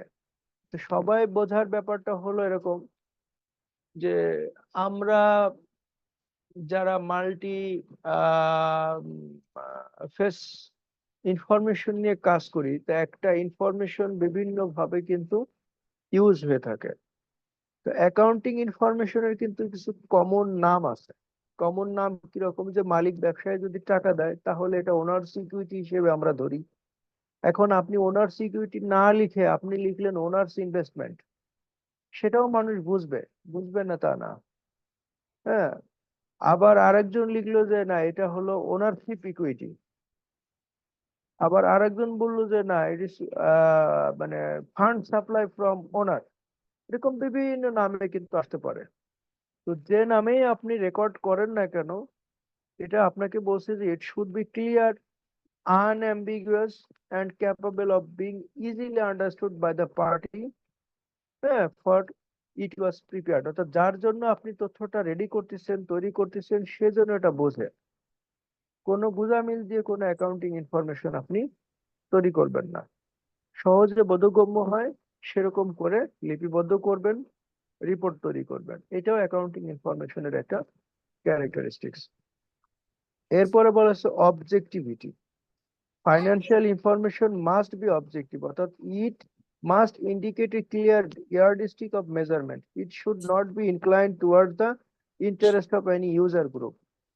অর্থাৎ আপনার এই অ্যাকাউন্টিং ইনফরমেশনটা কেউ যেন ব্যক্তি কাজে ব্যবহার না করে, অর্থাৎ এটা কমন ইউজ হতে হবে, হ্যাঁ, জেনারেল পারপাস হতে হবে। সাধারণ যারা ইউজার আছে তারা যেন এখান থেকে বেনিফিট পেতে পারে সেরকমের একটা তথ্য হতে হবে। হ্যাঁ, সেটা কি রকম? ধরেন আপনি একটা রিপোর্ট করলেন যে আপনার রিসিভেবল একটা রিপোর্ট আপনি করলেন। সেই রিসিভেবল রিপোর্টের ভিতরে আপনি আবার নিজে মাতবারি করে বা পার্সোনালি বায়াসড হয়ে দুইটা গ্রুপ করলেন, একটা হলো রিসিভেবল ফ্রম আউটসাইডার আর রিসিভেবল ফ্রম এমপ্লয়ি। এটা কেন করলেন? আপনি মালিক পক্ষ চোখে আঙ্গুল দিয়ে ধরাই দিতে চাচ্ছে যে এমপ্লয়িরা ওখান থেকে টাকা নিচ্ছে, তাদের কাছেও টাকা পাওয়া যায়। এইটা যখন আপনি দিলেন, এখানে কিন্তু আপনি অবজেক্টিভিটি থেকে বায়াসড হয়ে গেলেন, অর্থাৎ আপনি কোনো পার্সোনাল ইন্টারেস্টে কোনো ইউজার গ্রুপকে বায়াসড করার জন্য এই কাজটা করলেন। আপনার কাছে যদি চাওয়া হতো আপনি দেন, সমস্যা নাই। কিন্তু আপনি যদি নিজ থেকে এটা করেন যে রিসিভেবল, আবার রিসিভেবলের ভিতরে আবার যখন রিসিভেবল ফ্রম স্টাফ, তার ভিতরে আবার অনেকে দেখবেন অনেক অফিসে আছে এরকমের একটু বাড়তি বোঝা লোক এবং জটিল পরিস্থিতি তৈরি করা লোক, সে আবার কি করে রিসিভেবল ফ্রম স্টাফের ভিতরে আবার নাম ধরে ধরে টাকার অঙ্ক বলে দেয় যে কার কাছে কত পাবে। এরকম কিন্তু করা যাবে না। অবজেক্টিভিটি হলো যে আপনি যে ইনফরমেশন দিবেন, it should be usable for all, এটা সবার জন্য, সবার ব্যবহারের জন্য আনবায়াসড ইনফরমেশন হতে হবে। ক্লিয়ার? যারা অ্যাকাউন্টসে কাজ করে থাকেন তাদের জন্য এটা একটা মেসেজ যে আপনার কাজটা হবে সবার জন্য, কোনো ব্যক্তির জন্য না। এবং আপনি যদি পার্সোনালি মোটিভেটেড হয়ে কোনো অ্যাকাউন্টিং ইনফরমেশন তৈরি করেন, তাহলে আপনার জন্য এরকম অ্যাকাউন্টিং ইনফরমেশন ভবিষ্যতে কিন্তু তৈরি হবে। হ্যাঁ, সুতরাং এটা খেয়াল রাখবেন। এরপর হলো রিলেভেন্ট, প্রাসঙ্গিক হতে হবে। অপ্রাসঙ্গিক কোনো জিনিস অ্যাকাউন্টিং ইনফরমেশন রিলেভেন্ট না হলে তো আপনি ডিসিশন নিতে পারবেন না। Information should be design to suit the requirement of the user. It should convey the information short, concisely and precisely. মালিক পক্ষ আপনার কাছে চেয়েছে বা আপনার বস আপনার কাছে চেয়েছে যে আগামী মাসে আপনার ওয়ার্কিং ক্যাপিটাল রিকোয়ারমেন্ট কত, সেটা চেয়েছে। আপনি কি করলেন? আপনি আগামী মাসে ওয়ার্কিং ক্যাপিটাল রিকোয়ারমেন্টের সঙ্গে সঙ্গে আগামী মাসে মেশিন কিনতে হবে, তারপরে আগামী মাসে আপনার ফ্লোর পারচেস করতে হবে, আগামী মাসে জমি কিনতে হবে, এই তথ্যগুলো দিয়ে দিলেন। তাহলে আপনার ইউজার যিনি, আপনার বস যে কারণে আপনার কাছে তথ্য চেয়েছে, সেই তথ্যের সঙ্গে আপনার সরবরাহকৃত তথ্যের কোনো সম্পৃক্ততা নাই, রিলেভেন্সি নাই। হ্যাঁ, অর্থাৎ ডিসিশন মেকিং বা ডিসিশন নেওয়ার জন্য যতটুকু তথ্য প্রয়োজন, ওই ডিসিশনের জন্য প্রযোজ্য সম্পৃক্ত ততটুকু তথ্যই আপনি দিবেন। আননেসেসারি তথ্য দিলে সেটা ইরিলেভেন্ট তথ্য হয়ে যাবে এবং ডিসিশন মেকিং ক্ষতিগ্রস্ত হবে। Reliable, it's very important. Information produced should have the backing of a source document or the certification of a competent authority such as director or auditor. এই পয়েন্টটা নিয়ে আমি একটু কথা বলবো, ইটস ভেরি ইম্পর্টেন্ট। যারা আমরা কর্পোরেট লেভেলে কাজ করি, বিশেষ করে ট্রেডিং কোম্পানিতে যারা কাজ করি, তাদের জন্য এই পয়েন্টটা খুবই গুরুত্বপূর্ণ, at the same time risky এই জায়গাটাতে। সেটা কি রকম? আপনাদের এক্সপিরিয়েন্স আছে কিনা, যদি কারো এক্সপিরিয়েন্স থাকে তাহলে বলবেন। অনেক ক্ষেত্রে দেখা যায় যে ব্যাংকের লোন পাওয়ার জন্য আপনার সেলস বাড়ায় দেখানোর একটা প্রেশার থাকে। মালিক পক্ষ বলে যে ব্যাংকে যখন আপনি রিপোর্ট দিবেন তখন আপনি সেল বাড়ায় দেখায় রিসিভেবল করে দিবেন। হ্যাঁ, যে ওই সাহা ট্রেডার্স এর কাছে এত টাকা বিক্রি করছি, ওই জেড ট্রেডার্স এর কাছে এত টাকা বিক্রি করছি, রিসিভেবল দেখাই দিবেন। তো আপনি দেখাইলেন, ব্যাংকে আপনি যে তথ্য দিলেন যে এই যে আমার সেল এত বাড়ছে, এরকম হয়েছে, সুতরাং ব্যাংকও দেখলো যে না, প্রতিষ্ঠানে তো আসলে সেল বেড়েছে, ইনকাম বেড়েছে, সুতরাং কিন্তু ভালো প্রতিষ্ঠান। কোশ্চেন হলো যে আপনার এই ইনফরমেশনটা রিলায়েবল কিনা। রিলায়েবলটা কিরকম? যদি ব্যাংকে ওরকম চালাক মানুষ বসে থাকে, তাহলে সে বলবে যে ভাই আপনি যে সেল করছেন, আপনি যে এই প্রতিষ্ঠানের কাছে সেল করছেন, ওই প্রতিষ্ঠানের কাছ থেকে আমাদের কনফার্মেশন লাগবে, থার্ড পার্টি কনফার্মেশন লাগবে। হ্যাঁ, ওই প্রতিষ্ঠানের অ্যাড্রেস দেন। ওরা তখন ওই প্রতিষ্ঠানের অ্যাড্রেস নিবে, অ্যাড্রেস নিয়ে যখন ওই প্রতিষ্ঠানের সঙ্গে যোগাযোগ করবে, যোগাযোগ করে যখন কনফার্মেশন চাইবে যে আপনি ওনার কাছ থেকে এত টাকার মাল কিনেছেন কিনা। আবার যদি এমন হয় যে আপনি প্রতিষ্ঠানকে রেডি রাখছেন যে ব্যাংক যদি জিজ্ঞাসা করে আপনি বলবেন, তখন কিন্তু ওই প্রতিষ্ঠান কিন্তু বিপদে পড়বে। কেন? ব্যাংক যখন ওই ওই প্রতিষ্ঠান যখন ব্যাংকে বলবে যে হ্যাঁ আমি তো ওনার কাছ থেকে মাল কিনেছি, হয়তো ফেক ইনভয়েস বা ভাউচারও তৈরি করা আছে, তখন আবার ব্যাংক বলবে যে আপনি মালটা কিনে যে স্টোরে রেখেছেন, স্টোরটা আমরা পরিদর্শন করতে আসবো, ফিজিক্যাল ভেরিফিকেশন যেটা বলে, তখন কিন্তু আটকে যাবে। তো এই কারণে accounting information should B reliable, অর্থাৎ আপনি যা বলবেন সেটার কিন্তু সোর্স ডকুমেন্ট, অর্থাৎ অথেন্টিক ডকুমেন্ট থাকতে হবে। হ্যাঁ, সোর্স ডকুমেন্ট ছাড়া অ্যাকাউন্টিং ইনফরমেশন, এটা কিন্তু আপনাকে বিপদে ফেলবে। তো হ্যাঁ, রিলায়েবল কোনো ফেক ইনফরমেশন দিয়ে আপনি অ্যাকাউন্টিং ইনফরমেশন করবেন না। এরপরে হলো completeness. Accounting information should include all the relevant information needed by the users.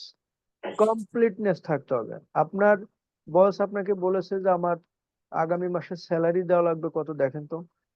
আপনি তৈরি করে নিয়ে গেলেন, হ্যাঁ, এর ভিতরে আপনার 5 জন আপনার ওই কন্ট্রাক্ট বেসিসে ছিল, তাদের স্যালারি আপনি অন্তর্ভুক্ত করেন নাই। হ্যাঁ, স্যালারি বলছে, আপনি তো চিন্তা করছেন যারা পেরোল শিটে আছে তাদেরটা হলেই হবে। আপনি কিন্তু 5 জনের তথ্য না নিয়ে নিয়ে গেছেন। বস কিন্তু ইনকমপ্লিট একটা তথ্য পেল। উনি যখন টপ ম্যানেজমেন্টকে জানাবে বা ব্যাংকে বলবে যে আমার কিন্তু আগামী মাসে এত টাকার ফান্ড রিকোয়ারমেন্ট আছে, আপনি কিন্তু 5 জনের স্যালারি বাদ দিয়ে বলেছেন, তখন কিন্তু সঠিক ইনফরমেশন গেল না। সুতরাং অ্যাকাউন্টিং ইনফরমেশনের ভিতরে কমপ্লিটনেসটা থাকতে হবে। Last but not the least, is very important, comparability.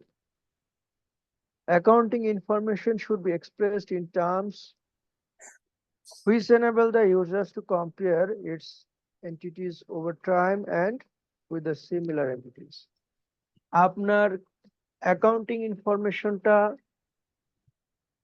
Recording and রিপোর্টিংটা এমন ভাবে হতে হবে যেন আগের বছরের তথ্যের সঙ্গে তুলনা করা যায়, আবার অন্য প্রতিষ্ঠানের তথ্যের সঙ্গে তুলনা করা যায়। এটা কিরকম? ধরেন আপনি আহ, বিক্রি করেছে, বিক্রিটাকে আপনি দেখিয়েছেন সেলস রেভিনিউ, তারপরে দেখিয়েছেন মাইনাস করছেন সেখান থেকে বিক্রয়কৃত পণ্যের ব্যয়, কস্ট অফ গুডস সোল্ড যেটা আমরা বলি, এরপরে বলেছেন গ্রস প্রফিট, এরকম লাইন আইটেম গুলোর নাম দিয়েছেন। আপনার যে প্রতিষ্ঠান সমজাতীয় আর একটা প্রতিষ্ঠান, সেও একই রকম তথ্য দিয়েছে, ইনফরমেশন তার প্রতিষ্ঠানের জন্য, তখন কিন্তু দুটা প্রতিষ্ঠান পাশাপাশি রাখলে লোকজন বুঝতে পারবে যে এর সেলস রেভিনিউ আর ওই প্রতিষ্ঠানের সেলস রেভিনিউ দুটোর ভিতরে পার্থক্য কি। কিন্তু আপনি সেম প্রতিষ্ঠান, আপনি কি করলেন, আপনি সেলস রেভিনিউ না দিয়ে আপনি এটার নাম দিলেন ইনকাম ফ্রম সেলিং প্রোডাক্ট, অথবা অন্য কোনো একটা হেড দিলেন, তখন কিন্তু আপনার তথ্যের সঙ্গে আপনার সমজাতীয় আর একটা প্রতিষ্ঠানের তথ্য কম্পেয়ার করার কোনো সুযোগ থাকলো না। আর এই কম্পেয়ারেবিলিটির জন্যই আপনাদের ইনফরমেশন জানা রাখি, আইএফআরএস 18, লেটেস্ট এডিশন আইএফআরএস 18, এটা আহ আসতেছে, ইফেক্টিভ হবে, অর্থাৎ কমন ফরম্যাট, কমন ইনফরমেশন দিয়ে income statement, cash flow, balance sheet এগুলো করার জন্য, যাতে অ্যাকাউন্টিং ইনফরমেশনের কম্পেয়ারেবিলিটিটা সঠিক করে করা যায়। তাহলে কি দাঁড়ালো আমার, যে অ্যাকাউন্টিং ইনফরমেশন গুলো এমন ভাবে রেকর্ড করব এবং রিপোর্ট করব যেন আগের বছরের সঙ্গে বর্তমান বছরের তুলনা করা যায়, আবার আমার মতো সমজাতীয় অন্য প্রতিষ্ঠানের তথ্যের সঙ্গেও যাতে তুলনা করে সিদ্ধান্ত গ্রহণ করা যায়। এই যে যে আমরা ক্যারেক্টারিস্টিক্স গুলো পড়লাম, ওই ক্যারেক্টারিস্টিক্স গুলো বোঝেন নাই এরকম কেউ আছেন কিনা, বা কোথাও কোনো সমস্যা মনে হলো?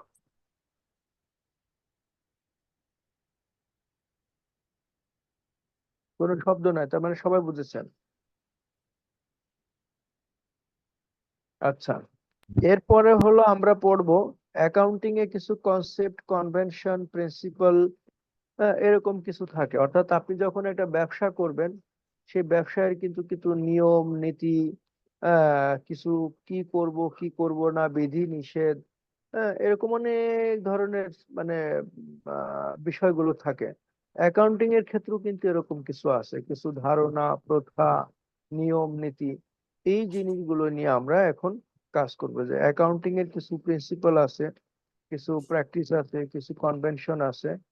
তো সেটা আমরা দেখবো যে হ্যাঁ, অ্যাকাউন্টিং এর এই যে যে বিষয়গুলো আছে, সেই বিষয়গুলোর ভিতরে কনসেপ্ট গুলা কি কি, business entity concept, monetary method, অর্থাৎ অ্যাকাউন্টিংটা কতগুলো কনসেপ্ট নিয়ে গঠিত, সেই কনসেপ্ট গুলো কি কি সেগুলো আমরা দেখবো। এরপরে কতগুলো প্রিন্সিপাল আছে সেগুলো দেখবো। Business entity concept, monetary measurement concept, dual aspect concept, cost concept, accounting period, তারপরে conservation, realisation concept, matching concept, materiality, objectivity, going concern, consistency, accrual. দেখেন জিনিসগুলো কোথায় কোথায়। বিজনেস এন্টিটি কনসেপ্ট বলছে এরকম যে accounts can be kept only for entities which are different from the person who R associated with this entities. অর্থাৎ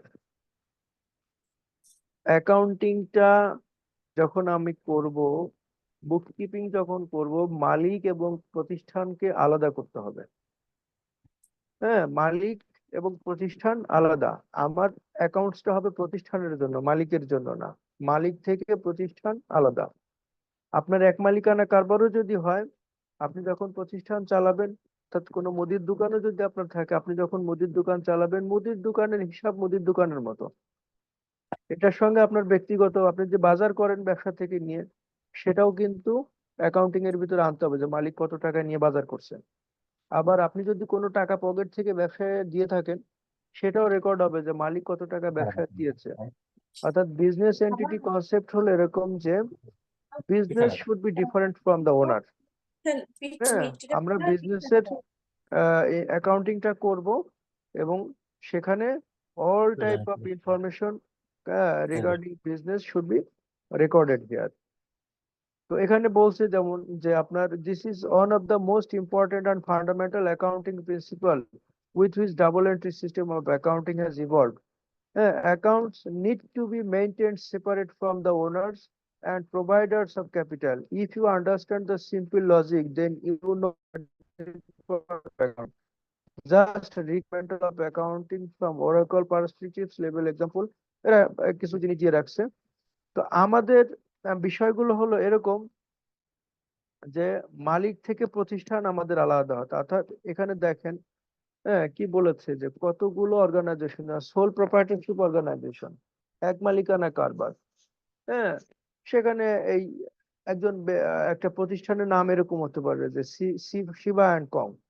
এটা প্রতিষ্ঠানের ধরন হলো এক মালিকানা, সোল প্রপ্রাইটারশিপ। পার্টনারশিপ ফার্ম থাকতে পারে, কয়েকজন মিলে করছে, সেটার নাম এরকম প্রতিষ্ঠান হতে পারে। প্রাইভেট কোম্পানি হতে পারে, পাবলিক কোম্পানি হতে পারে, ক্লোজলি হেল্ড কোম্পানি অর্থাৎ পারিবারিক কোনো প্রতিষ্ঠান হতে পারে, ট্রাস্ট হতে পারে, সোসাইটি হতে পারে, অ্যাসোসিয়েশন অফ পার্সন হতে পারে, বডি অফ ইন্ডিভিজুয়াল হতে পারে, এনি আদার লিগাল ফর্মে ব্যবসা হতে পারে। কিন্তু এই ব্যবসাগুলোর অ্যাকাউন্টস আমরা করব, কোনো ব্যক্তির অ্যাকাউন্টস আমরা করব না। হ্যাঁ, অর্থাৎ প্রোপ্রাইটরশিপ কনসেপ্ট অথবা বিজনেস এন্টিটি কনসেপ্ট হলো business should be different from the owner and accounting record should be made for the business entity. এর পরেরটা হলো দেখেন বিজনেস এন্টিটি কনসেপ্টের কিছু এক্সাম্পল এখানে দেওয়া আছে। আমি স্লাইড দেওয়ার পরে এটা আপনারা পড়বেন, এত ডিটেলস ডিসকাশন আমি যাচ্ছি না।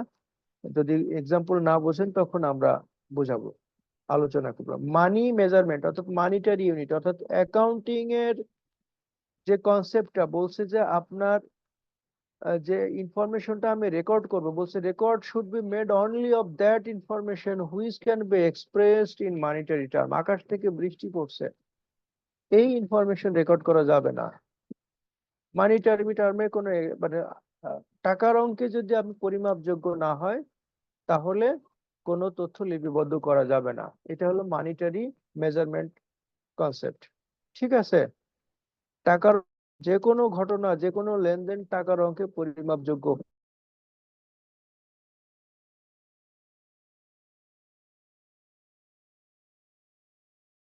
A value of furniture is known in monetary value. এভাবে অনেকগুলো এক্সাম্পল দেওয়া আছে। হ্যাঁ, মানিটারি মেজারমেন্ট কনসেপ্টের কিছু এক্সাম্পল দেওয়া আছে, এগুলো দেখবেন। Dual aspect concept. Dual aspect concept হলো দ্বৈত সত্তা ধারণা, অর্থাৎ প্রত্যেকটা লেনদেনেরই দুইটা পক্ষ থাকতে হবে। বলছে the value of asset owned by the concern is equal to the claim of the asset. প্রতিটা লেনদেনেরই দুইটা পক্ষ থাকতে হবে। আমরা নিউটনের সূত্র জানি, every action and opposite reaction, প্রত্যেক ক্রিয়ারই সমান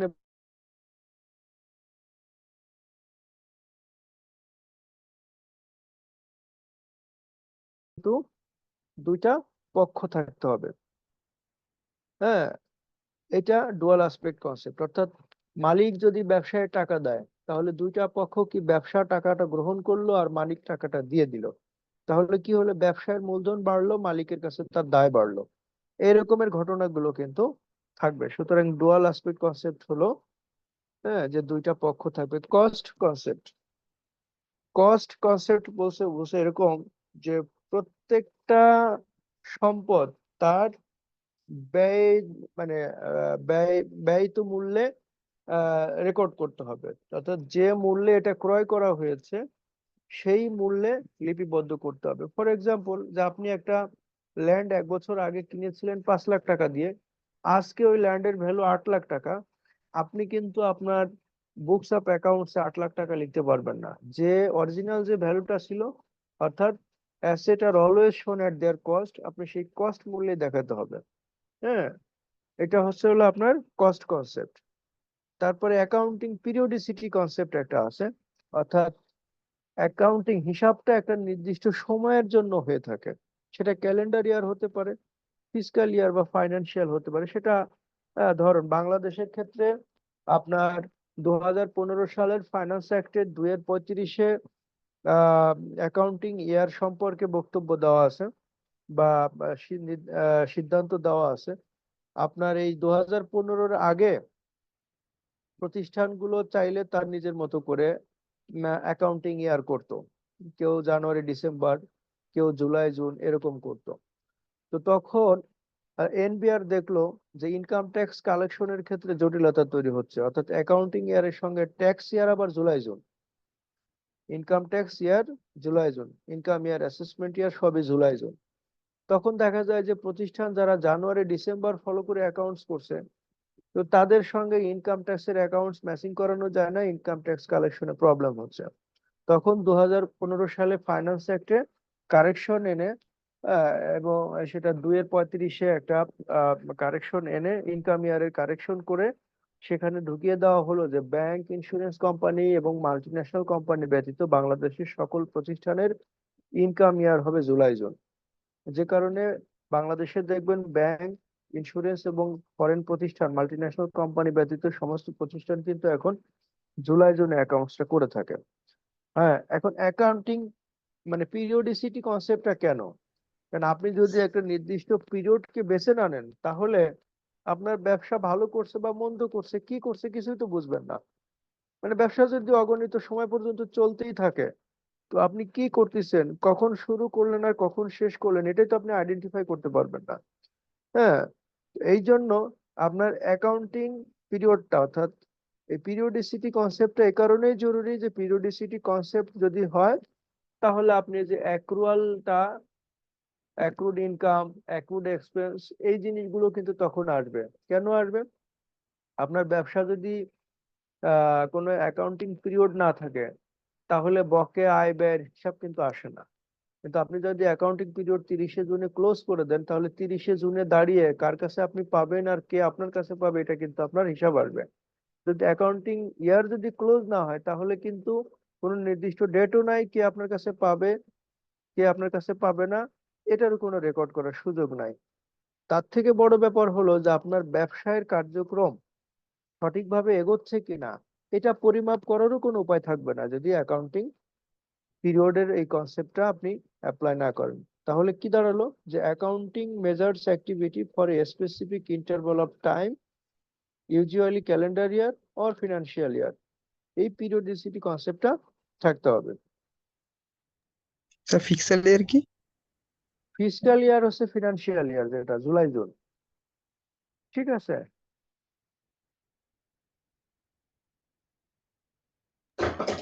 আচ্ছা। স্যার হ্যাঁ, অ্যাক্রুড বলতে কি বোঝায়?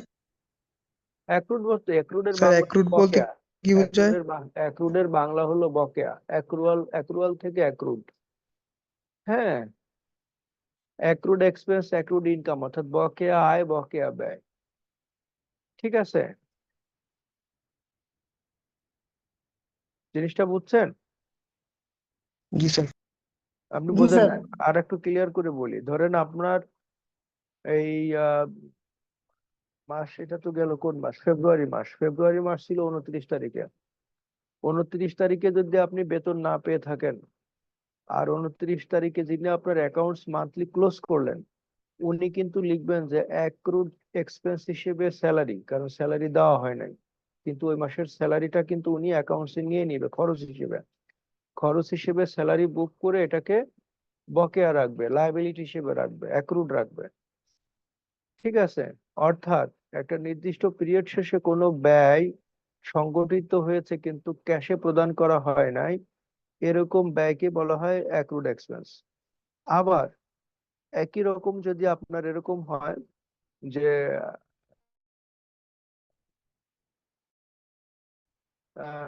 আপনার জন্য প্রযোজ্য হয়, আপনার কাছে আপনার ক্ষেত্রে একেবারে আমরা প্রতিষ্ঠান যেমন অ্যাক্রুড এক্সপেন্স হিসেবে এটাকে আনলো, আপনি যদি আপনার পার্সোনাল ইনকাম স্টেটমেন্ট করে থাকেন, তাহলে আপনি কি করবেন, আপনি কিন্তু এটা অ্যাক্রুড ইনকাম হিসেবে দেখাবেন। ইনকামটা আপনার 29শে ফেব্রুয়ারিতে ইনকাম হওয়ার কথা ছিল, কিন্তু প্রতিষ্ঠান আপনাকে টাকাটা দেয় নাই। আপনি আয় ঠিকই দেখাবেন যে ফেব্রুয়ারি মাসে আপনার 1 লাখ টাকা আয় হয়েছে, কিন্তু আপনার ব্যাংকে টাকাটা ঢোকে নাই, এটা অ্যাক্রুড আছে, অর্থাৎ রিসিভেবল ফ্রম ইয়োর কোম্পানি। ঠিক আছে, আপনার কাছে যেটা অ্যাক্রুড ইনকাম, প্রতিষ্ঠানের কাছে সেটা অ্যাক্রুড এক্সপেন্স। যার দেওয়ার কথা ছিল তার কাছে এক্সপেন্স, অ্যাক্রুড এক্সপেন্স, আর যার পাওয়ার কথা ছিল তার কাছে হচ্ছে অ্যাক্রুড ইনকাম। এর পাশে হচ্ছে কনজারভেটিজম। কনজারভেটিভ শব্দটা আমাদের প্রায় আমরা শুনি, বিশেষ করে বাংলাদেশে। যখনই আপনি কোনো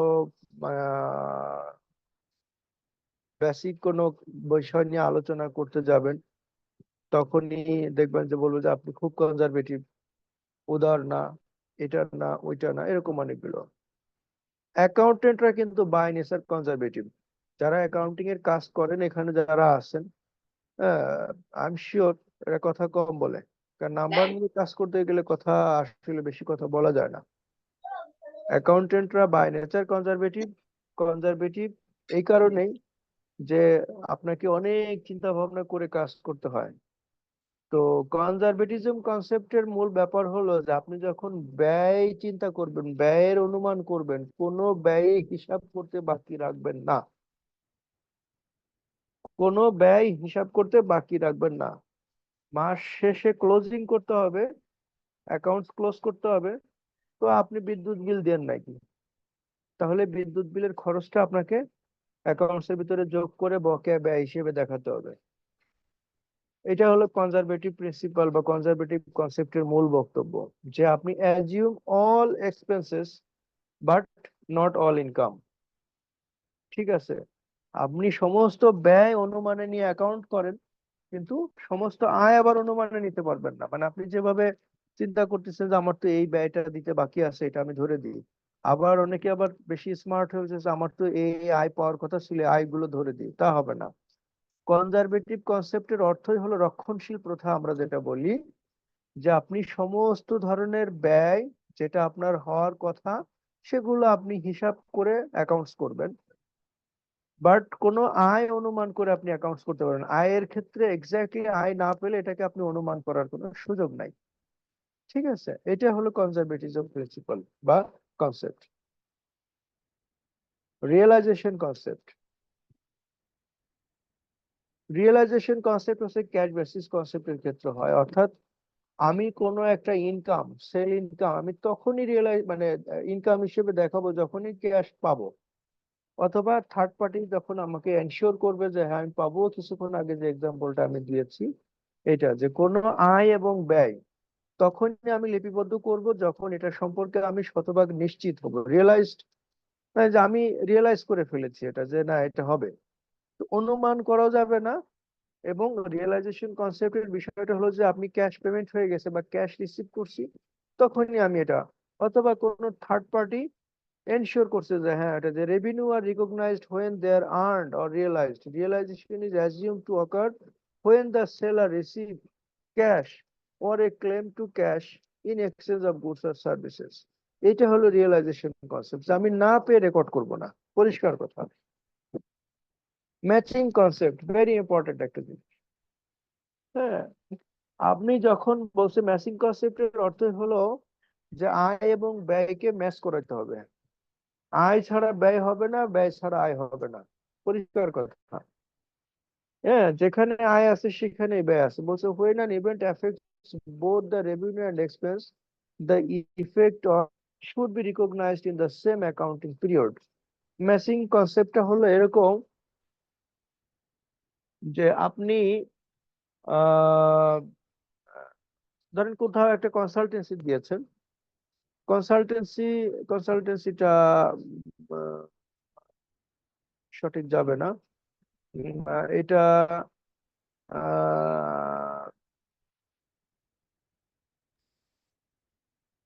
বেস্ট এক্সাম্পল হলো যে আপনি কোথাও একটা গাড়ি ধার দিয়েছেন, রেন্টে কারের ব্যবসা করেন আপনি।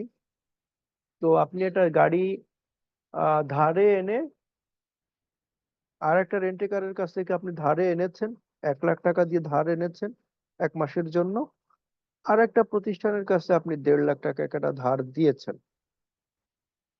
তো এটা মার্চ মাসের জন্য আপনি করেছেন, মার্চ মাসের শুরুতে এটা করলেন। এক্স কোম্পানির কাছ থেকে ধারে আনলেন 1 লাখ টাকা দিয়ে, ওয়াই কোম্পানির কাছে আপনি ধার দিলেন 1.5 লাখ টাকায়। এখানে ম্যাচিংটা কি? 1.5 লাখ টাকা আয়ের বিপরীতে 1 লাখ টাকা ব্যয়, এটাই তো ম্যাচিং।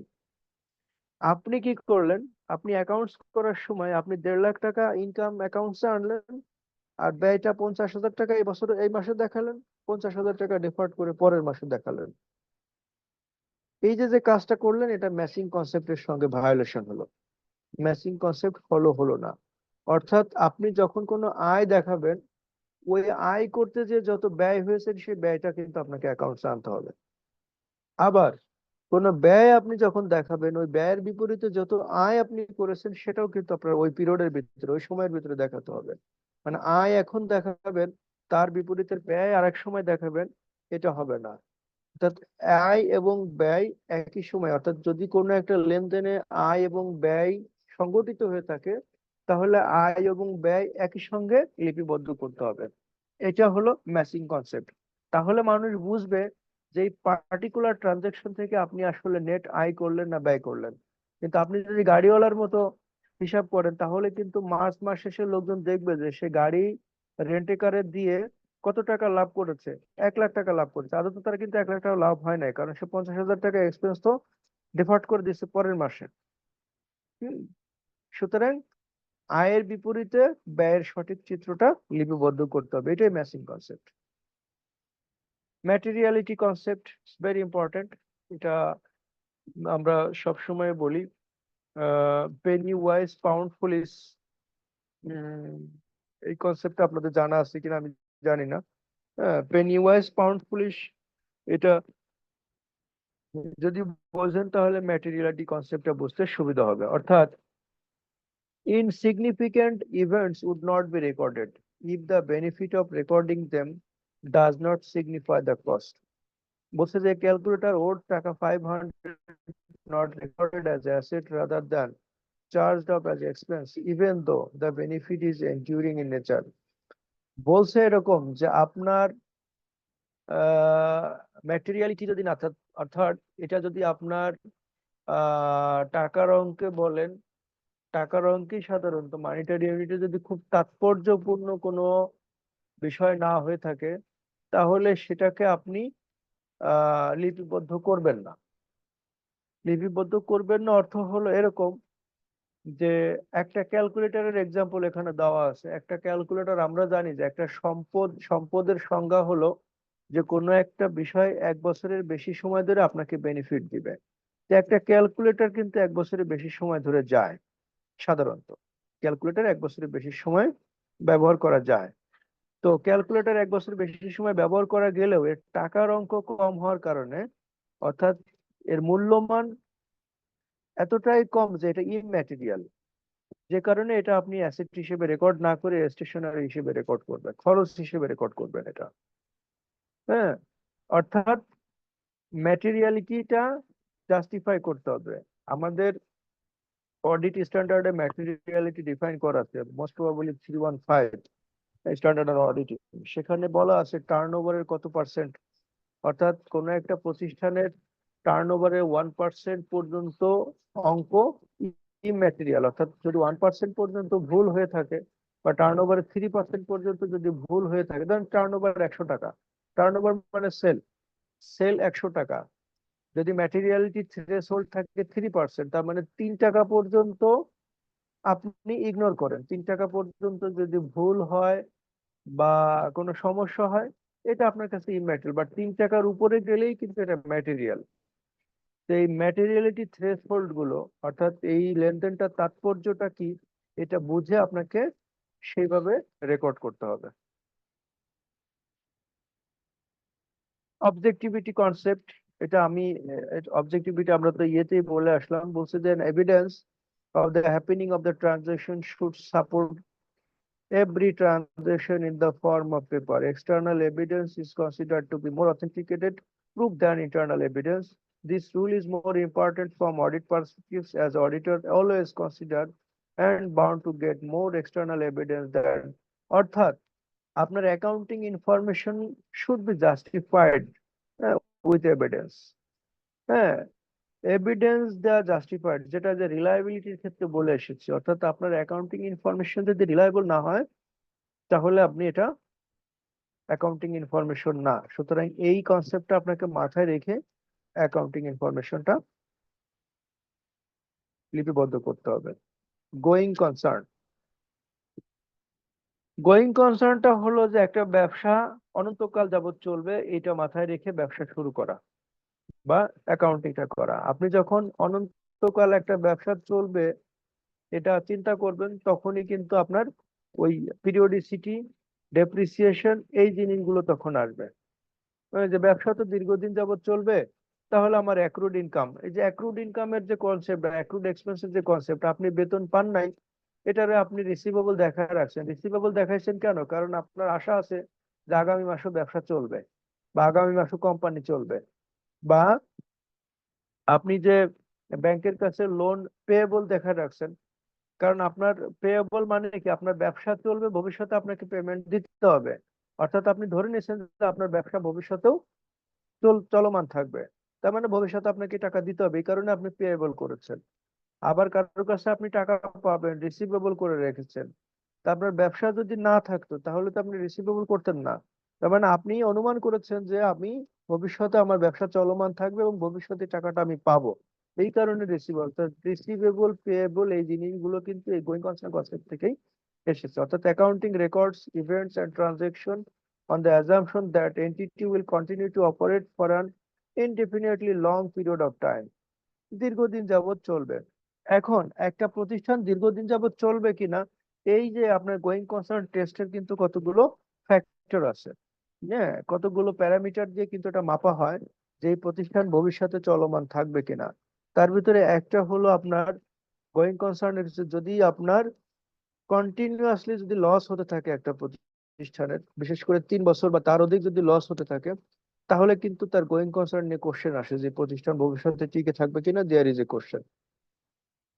2 নাম্বার হলো যে এই প্রতিষ্ঠানের যদি আপনার ইকুইটি নেগেটিভ হয়ে যায়, অর্থাৎ মূলধন অর্থাৎ আয় বা মালিক পক্ষের যে কন্ট্রিবিউশন তার থেকে লায়াবিলিটি থার্ড পার্টির মানে লায়াবিলিটিটা বেশি হয়ে যায়, তাহলে কিন্তু এই ব্যবসায়ের কন্টিনিউটি নিয়ে কিন্তু তখন কোশ্চেন চলে আসে। এর পরে সেটা হলো যে আপনার যদি লস অফ মেজর অ্যাসেট, হ্যাঁ লস অফ মেজর অ্যাসেট কিরকম, যে কোনো রেন্টেকারের ব্যবসা, তো রেন্টেকারের ব্যবসা তার 5টা মাইক্রোবাস সে ভাড়া দিত, 4টা মাইক্রোবাস অ্যাক্সিডেন্ট করে ভেঙে গেছে, এই যে মেজর অ্যাসেট লস করে ফেলেছে, তাহলে তার ব্যবসায়ের কন্টিনিউটি নিয়ে কিন্তু কোশ্চেন আছে। এরকমের কিছু প্যারামিটার দিয়ে কিন্তু আপনার গোয়িং কনসার্নটা অনুমান করা যায়। কনসিস্টেন্সিটা আমরা আলোচনা করেছি, তারপরে সংক্ষেপে বলি যে আপনার same accounting policy and method should be followed over the year. আপনি একটা ইনফরমেশন প্রতি বছর যেভাবে লিপিবদ্ধ করেন ঠিক সেভাবেই লিপিবদ্ধ করতে হবে। এখানে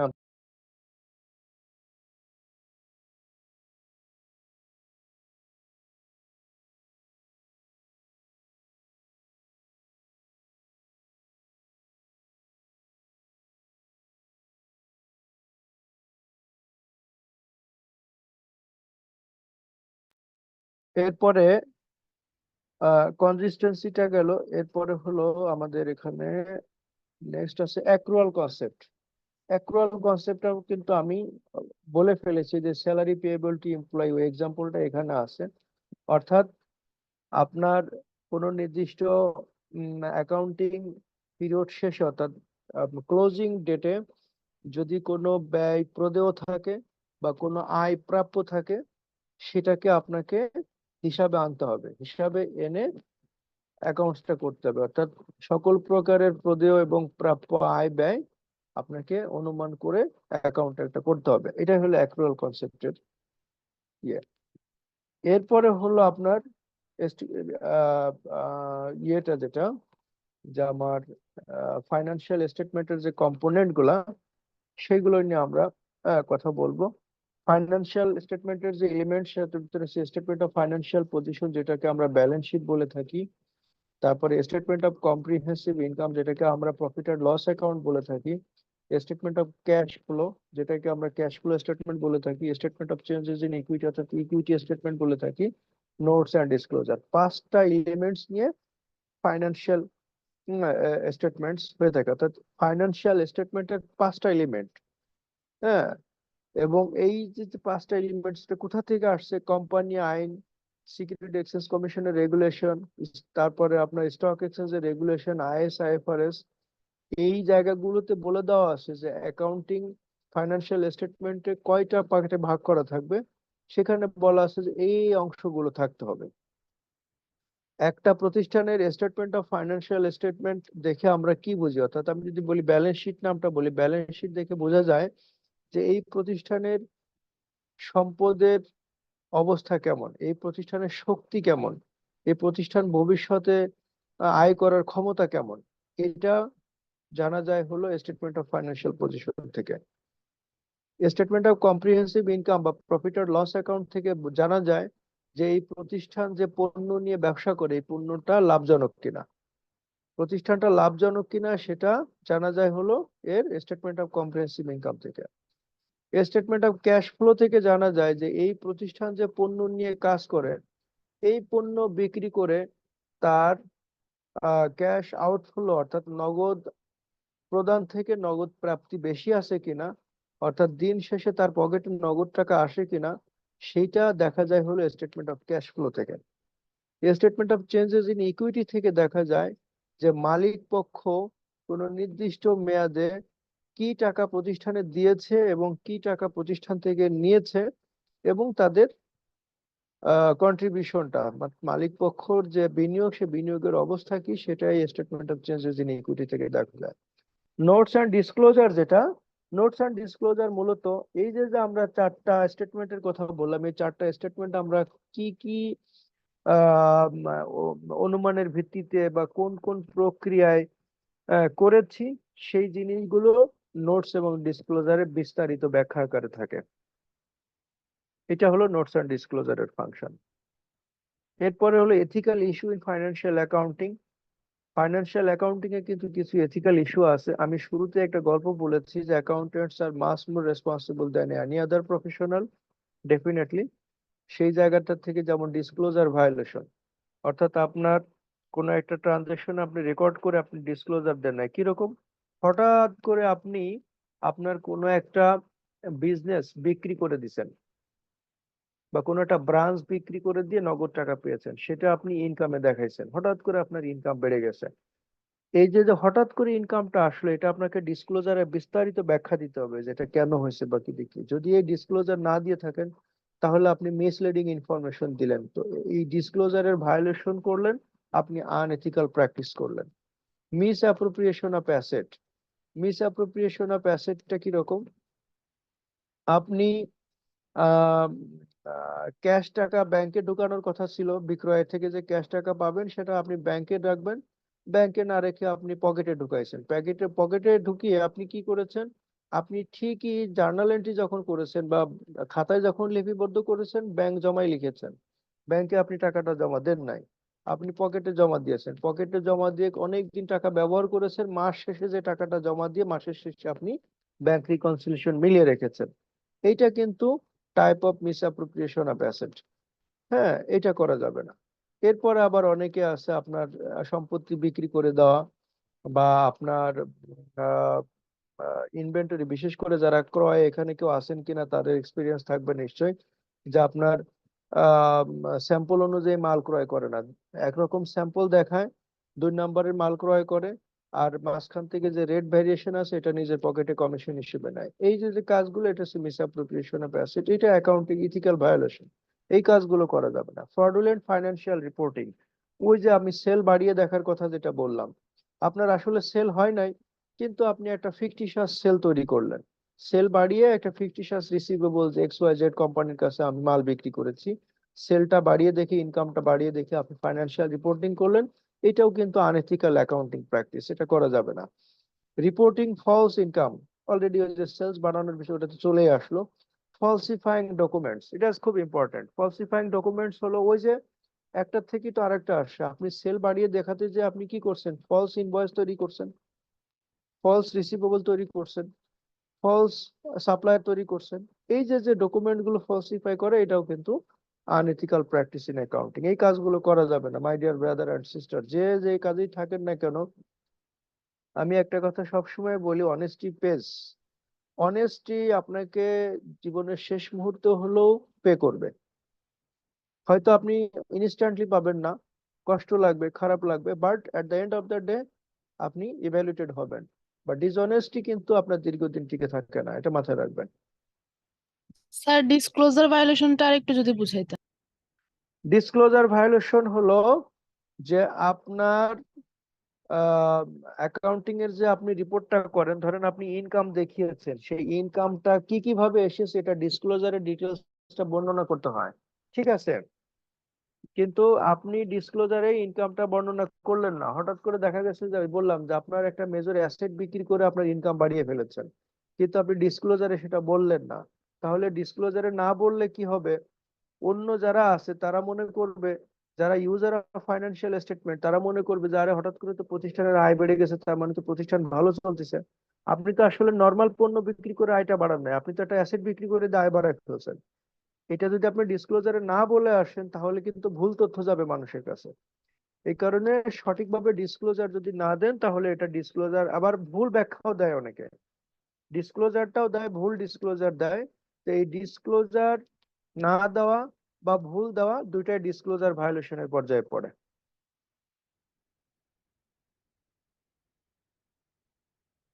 accounting cycle, stages of accounting cycle, এটা 1 2 3 4 করে আছে। অর্থাৎ প্রথমেই আপনাকে কোনো একটা লেনদেনকে অ্যানালাইজ করে এবং টাকার অঙ্কে মূল্যায়ন করে দেখতে হবে যে এই লেনদেনটা কোন ধরনের লেনদেন। তারপরে এই লেনদেনটাকে রেকর্ড করতে হবে, 2 নাম্বার। 3 নাম্বার হলো এই লেনদেনটাকে সামারি করতে হবে, অর্থাৎ ওই যে হাঁস এবং মুরগির গল্প বলেছিলাম, যেটা যে ধরনের অ্যাকাউন্ট সেটা সেই ধরনের অ্যাকাউন্টে এটাকে বুক করতে হবে, অর্থাৎ লেজার বলে এটাকে অ্যাকাউন্টিং এর ভাষায়, এটা আমরা পরে শিখবো। তারপরে এখান থেকে আপনাকে আনঅ্যাডজাস্টেড ট্রায়াল ব্যালেন্স তৈরি করতে হবে, এটাও আমরা শিখবো পরবর্তীতে। সেখান থেকে আবার আনঅ্যাডজাস্টেড, তার মানে কিছু অ্যাডজাস্টিং এন্ট্রি থাকবে, সেই অ্যাডজাস্টিং এন্ট্রি গুলো দেওয়ার পরে আবার অ্যাডজাস্টেড ট্রায়াল ব্যালেন্স হবে, সেই অ্যাডজাস্টেড ট্রায়াল ব্যালেন্স থেকে ফাইন্যান্সিয়াল স্টেটমেন্ট হবে, ফাইন্যান্সিয়াল স্টেটমেন্টের পরে এটা ক্লোজিং এন্ট্রি দিয়ে পোস্ট ক্লোজিং ট্রায়াল ব্যালেন্স তৈরি করতে হবে। এই হলো অ্যাকাউন্টিং সাইকেল, 10টা আছে এখানে। হ্যাঁ, এটা আপনারা দেখে নেবেন।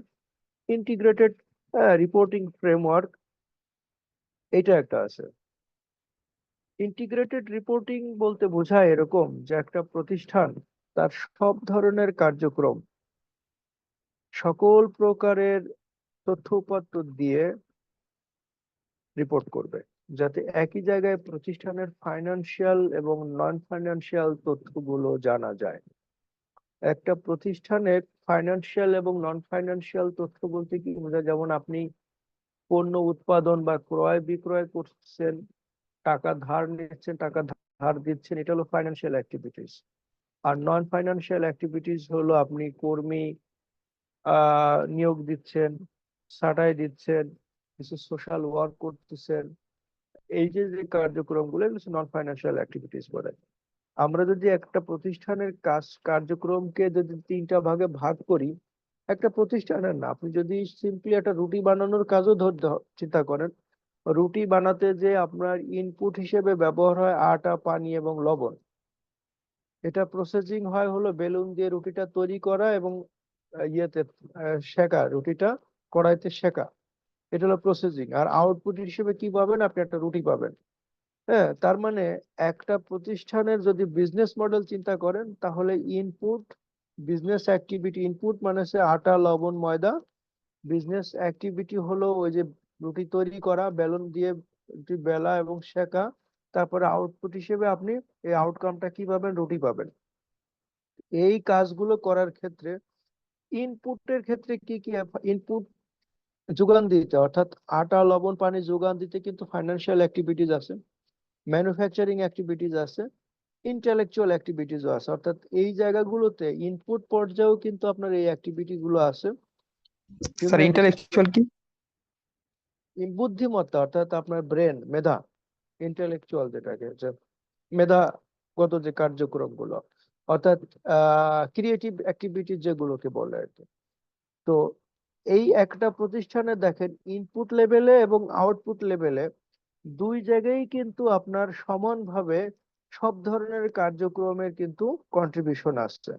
এই দুই জায়গাটাতে অর্থাৎ শুরু এবং ফাইনাল দুই জায়গায় যখন আপনি সমভাবে সকল ধরনের কার্যক্রমের সমন্বিত উদ্যোগে আপনি করতে পারবেন, তখনই কিন্তু আপনার গভর্নেন্সটা এনশিওর হবে, রিস্ক এবং অপরচুনিটি গুলো আপনি আইডেন্টিফাই করে সঠিকভাবে এগোতে পারবেন, স্ট্র্যাটেজি এবং রিসোর্স অ্যালোকেশন গুলো সঠিকভাবে হবে, পারফরমেন্স আউটলুক এগুলো সুন্দর করে করে আপনার বিজনেস মডেলটা সঠিকভাবে আপনি দাঁড় করাতে পারবেন, এবং এবং এক্সটার্নাল এনভায়রনমেন্ট, মিশন, ভিশন যা আছে সঠিকভাবে আপনি অর্জন করতে সক্ষম হবেন। অর্থাৎ ইন্টিগ্রেটেড রিপোর্টিং হলো একটা প্রতিষ্ঠানের ইনপুট, বিজনেস অ্যাক্টিভিটি এবং আউটপুটকে সঠিকভাবে কাঙ্ক্ষিতভাবে অর্জনের জন্য, সমন্বিতভাবে অর্জনের জন্য সামগ্রিক কার্যক্রমকে একত্রিত করে পরিচালনার মাধ্যমে ব্যবসায়ের মিশন ভিশন অর্জন করা এবং সেই বিষয়গুলো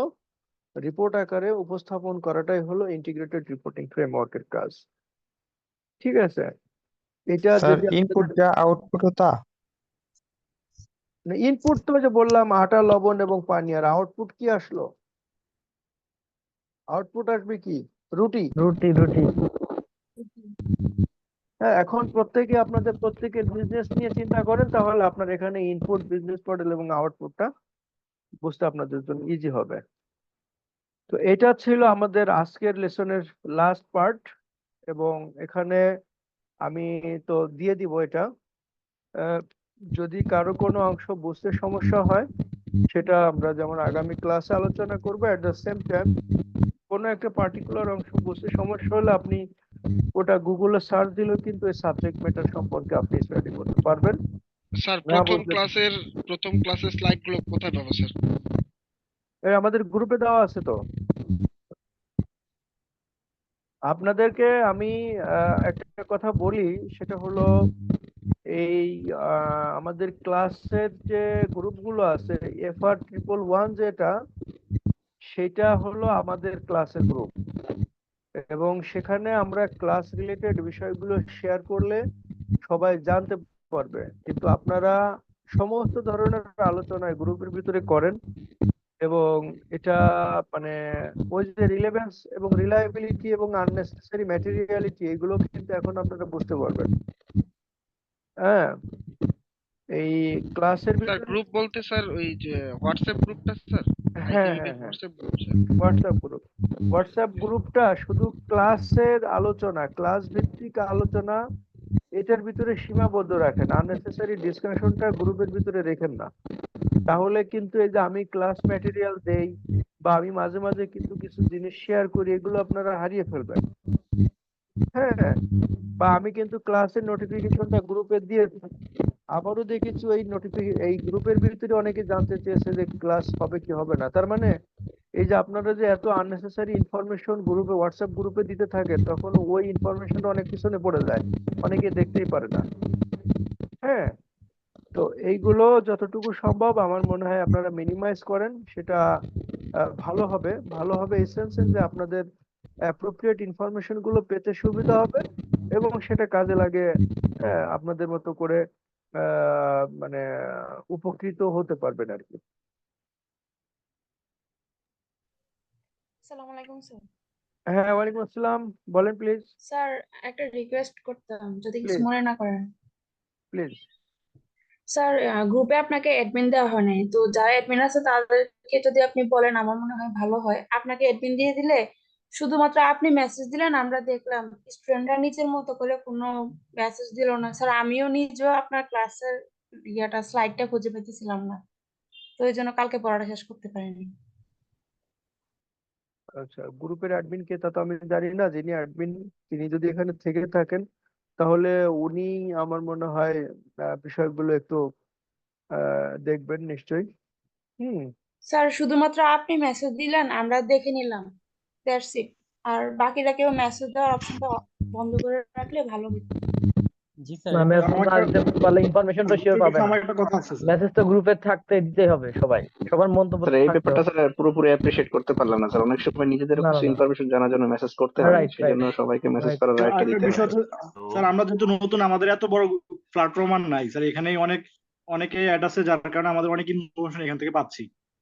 তো দেখা যাচ্ছে শুরুতে কিছুদিন আর কি বেশি মেসেজ হচ্ছে, আশা করি যারা এখানে এই গ্রুপের মধ্যে আছেন, হয়ে যাবে, তখন সবাই আপনারা এরকম যদি একটা একটু গ্রুপ করা ওই যে হোয়াটসঅ্যাপে ঢুকে যদি আপনার মেসেজ গুলো একটু মানে কি একজন মেসেজ একজন আসছে বলেন। ওখানে কিন্তু আনরিড অবস্থায় থাকে, ওইগুলো একটু স্ক্রল করে দেখলেই সব ইনফরমেশন পাবেন আশা স্যার করি আরেকটা সবাই। জিনিস করা যায়, সেটা হচ্ছে আমরা পিন করে দিলে স্লাইড গুলো হচ্ছে ইয়া হয়ে থাকলো আর কি, পিন হয়ে থাকলো, তাহলে হচ্ছে জিনিসটা মানে ক্লিয়ার হয়ে যাবে আর কি।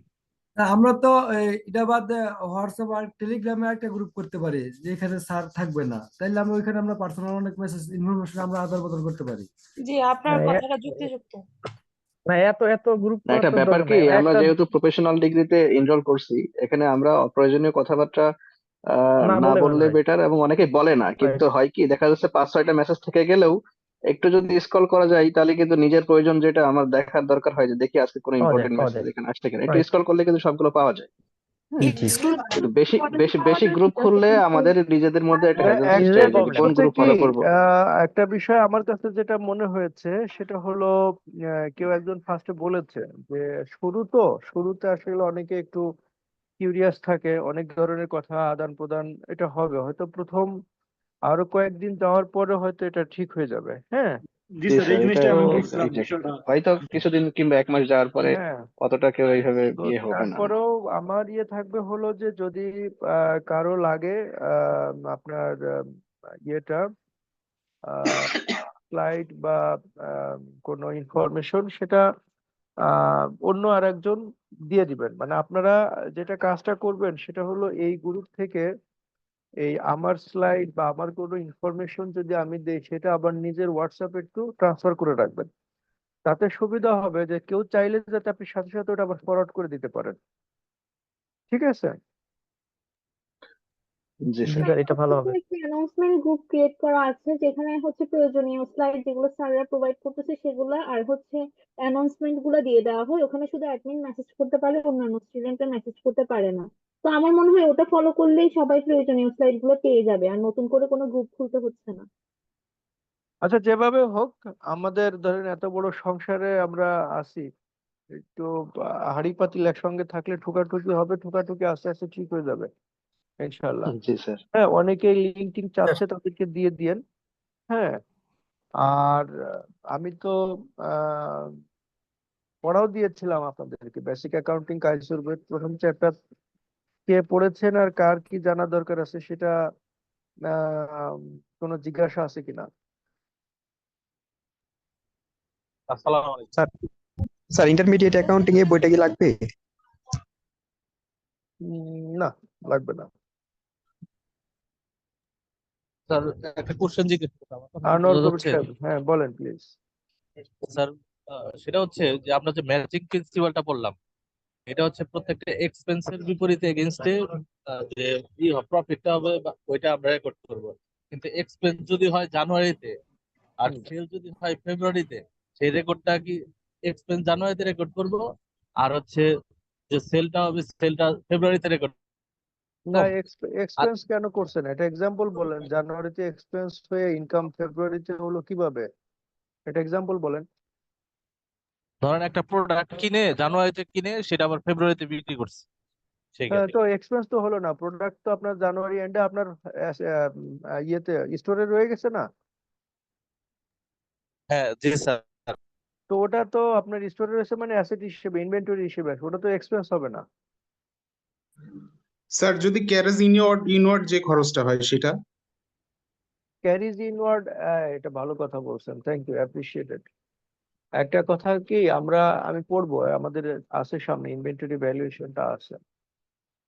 কোনো একটা অ্যাসেট আপনার ক্রয় করা থেকে শুরু করে, অর্থাৎ ক্রয় পূর্ববর্তী বাজার গবেষণা এবং ওই অ্যাসেটটা আপনার ইউজের লোকেশনে এনে সেখান থেকে সুবিধা পাওয়ার আগ পর্যন্ত অ্যাসেটের পিছনে যত খরচ, সব ওই অ্যাসেটের খরচ হিসেবে বুক করতে হবে।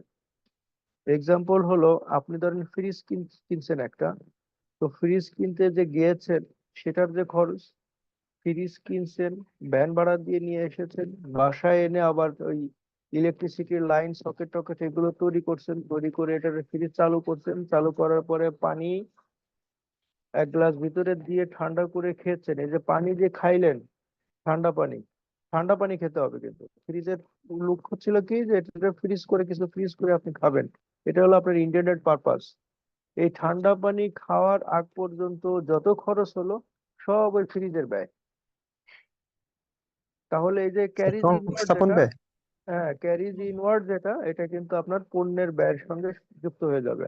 এই কারণে যারা এখানে আপনার ইম্পোর্ট এক্সপোর্টের ব্যবসার সঙ্গে জড়িত, আপনারা জানেন যে সিএনএফ ভ্যালু, সিআইএফ ভ্যালু, এরকম ভ্যালু আছে কিন্তু।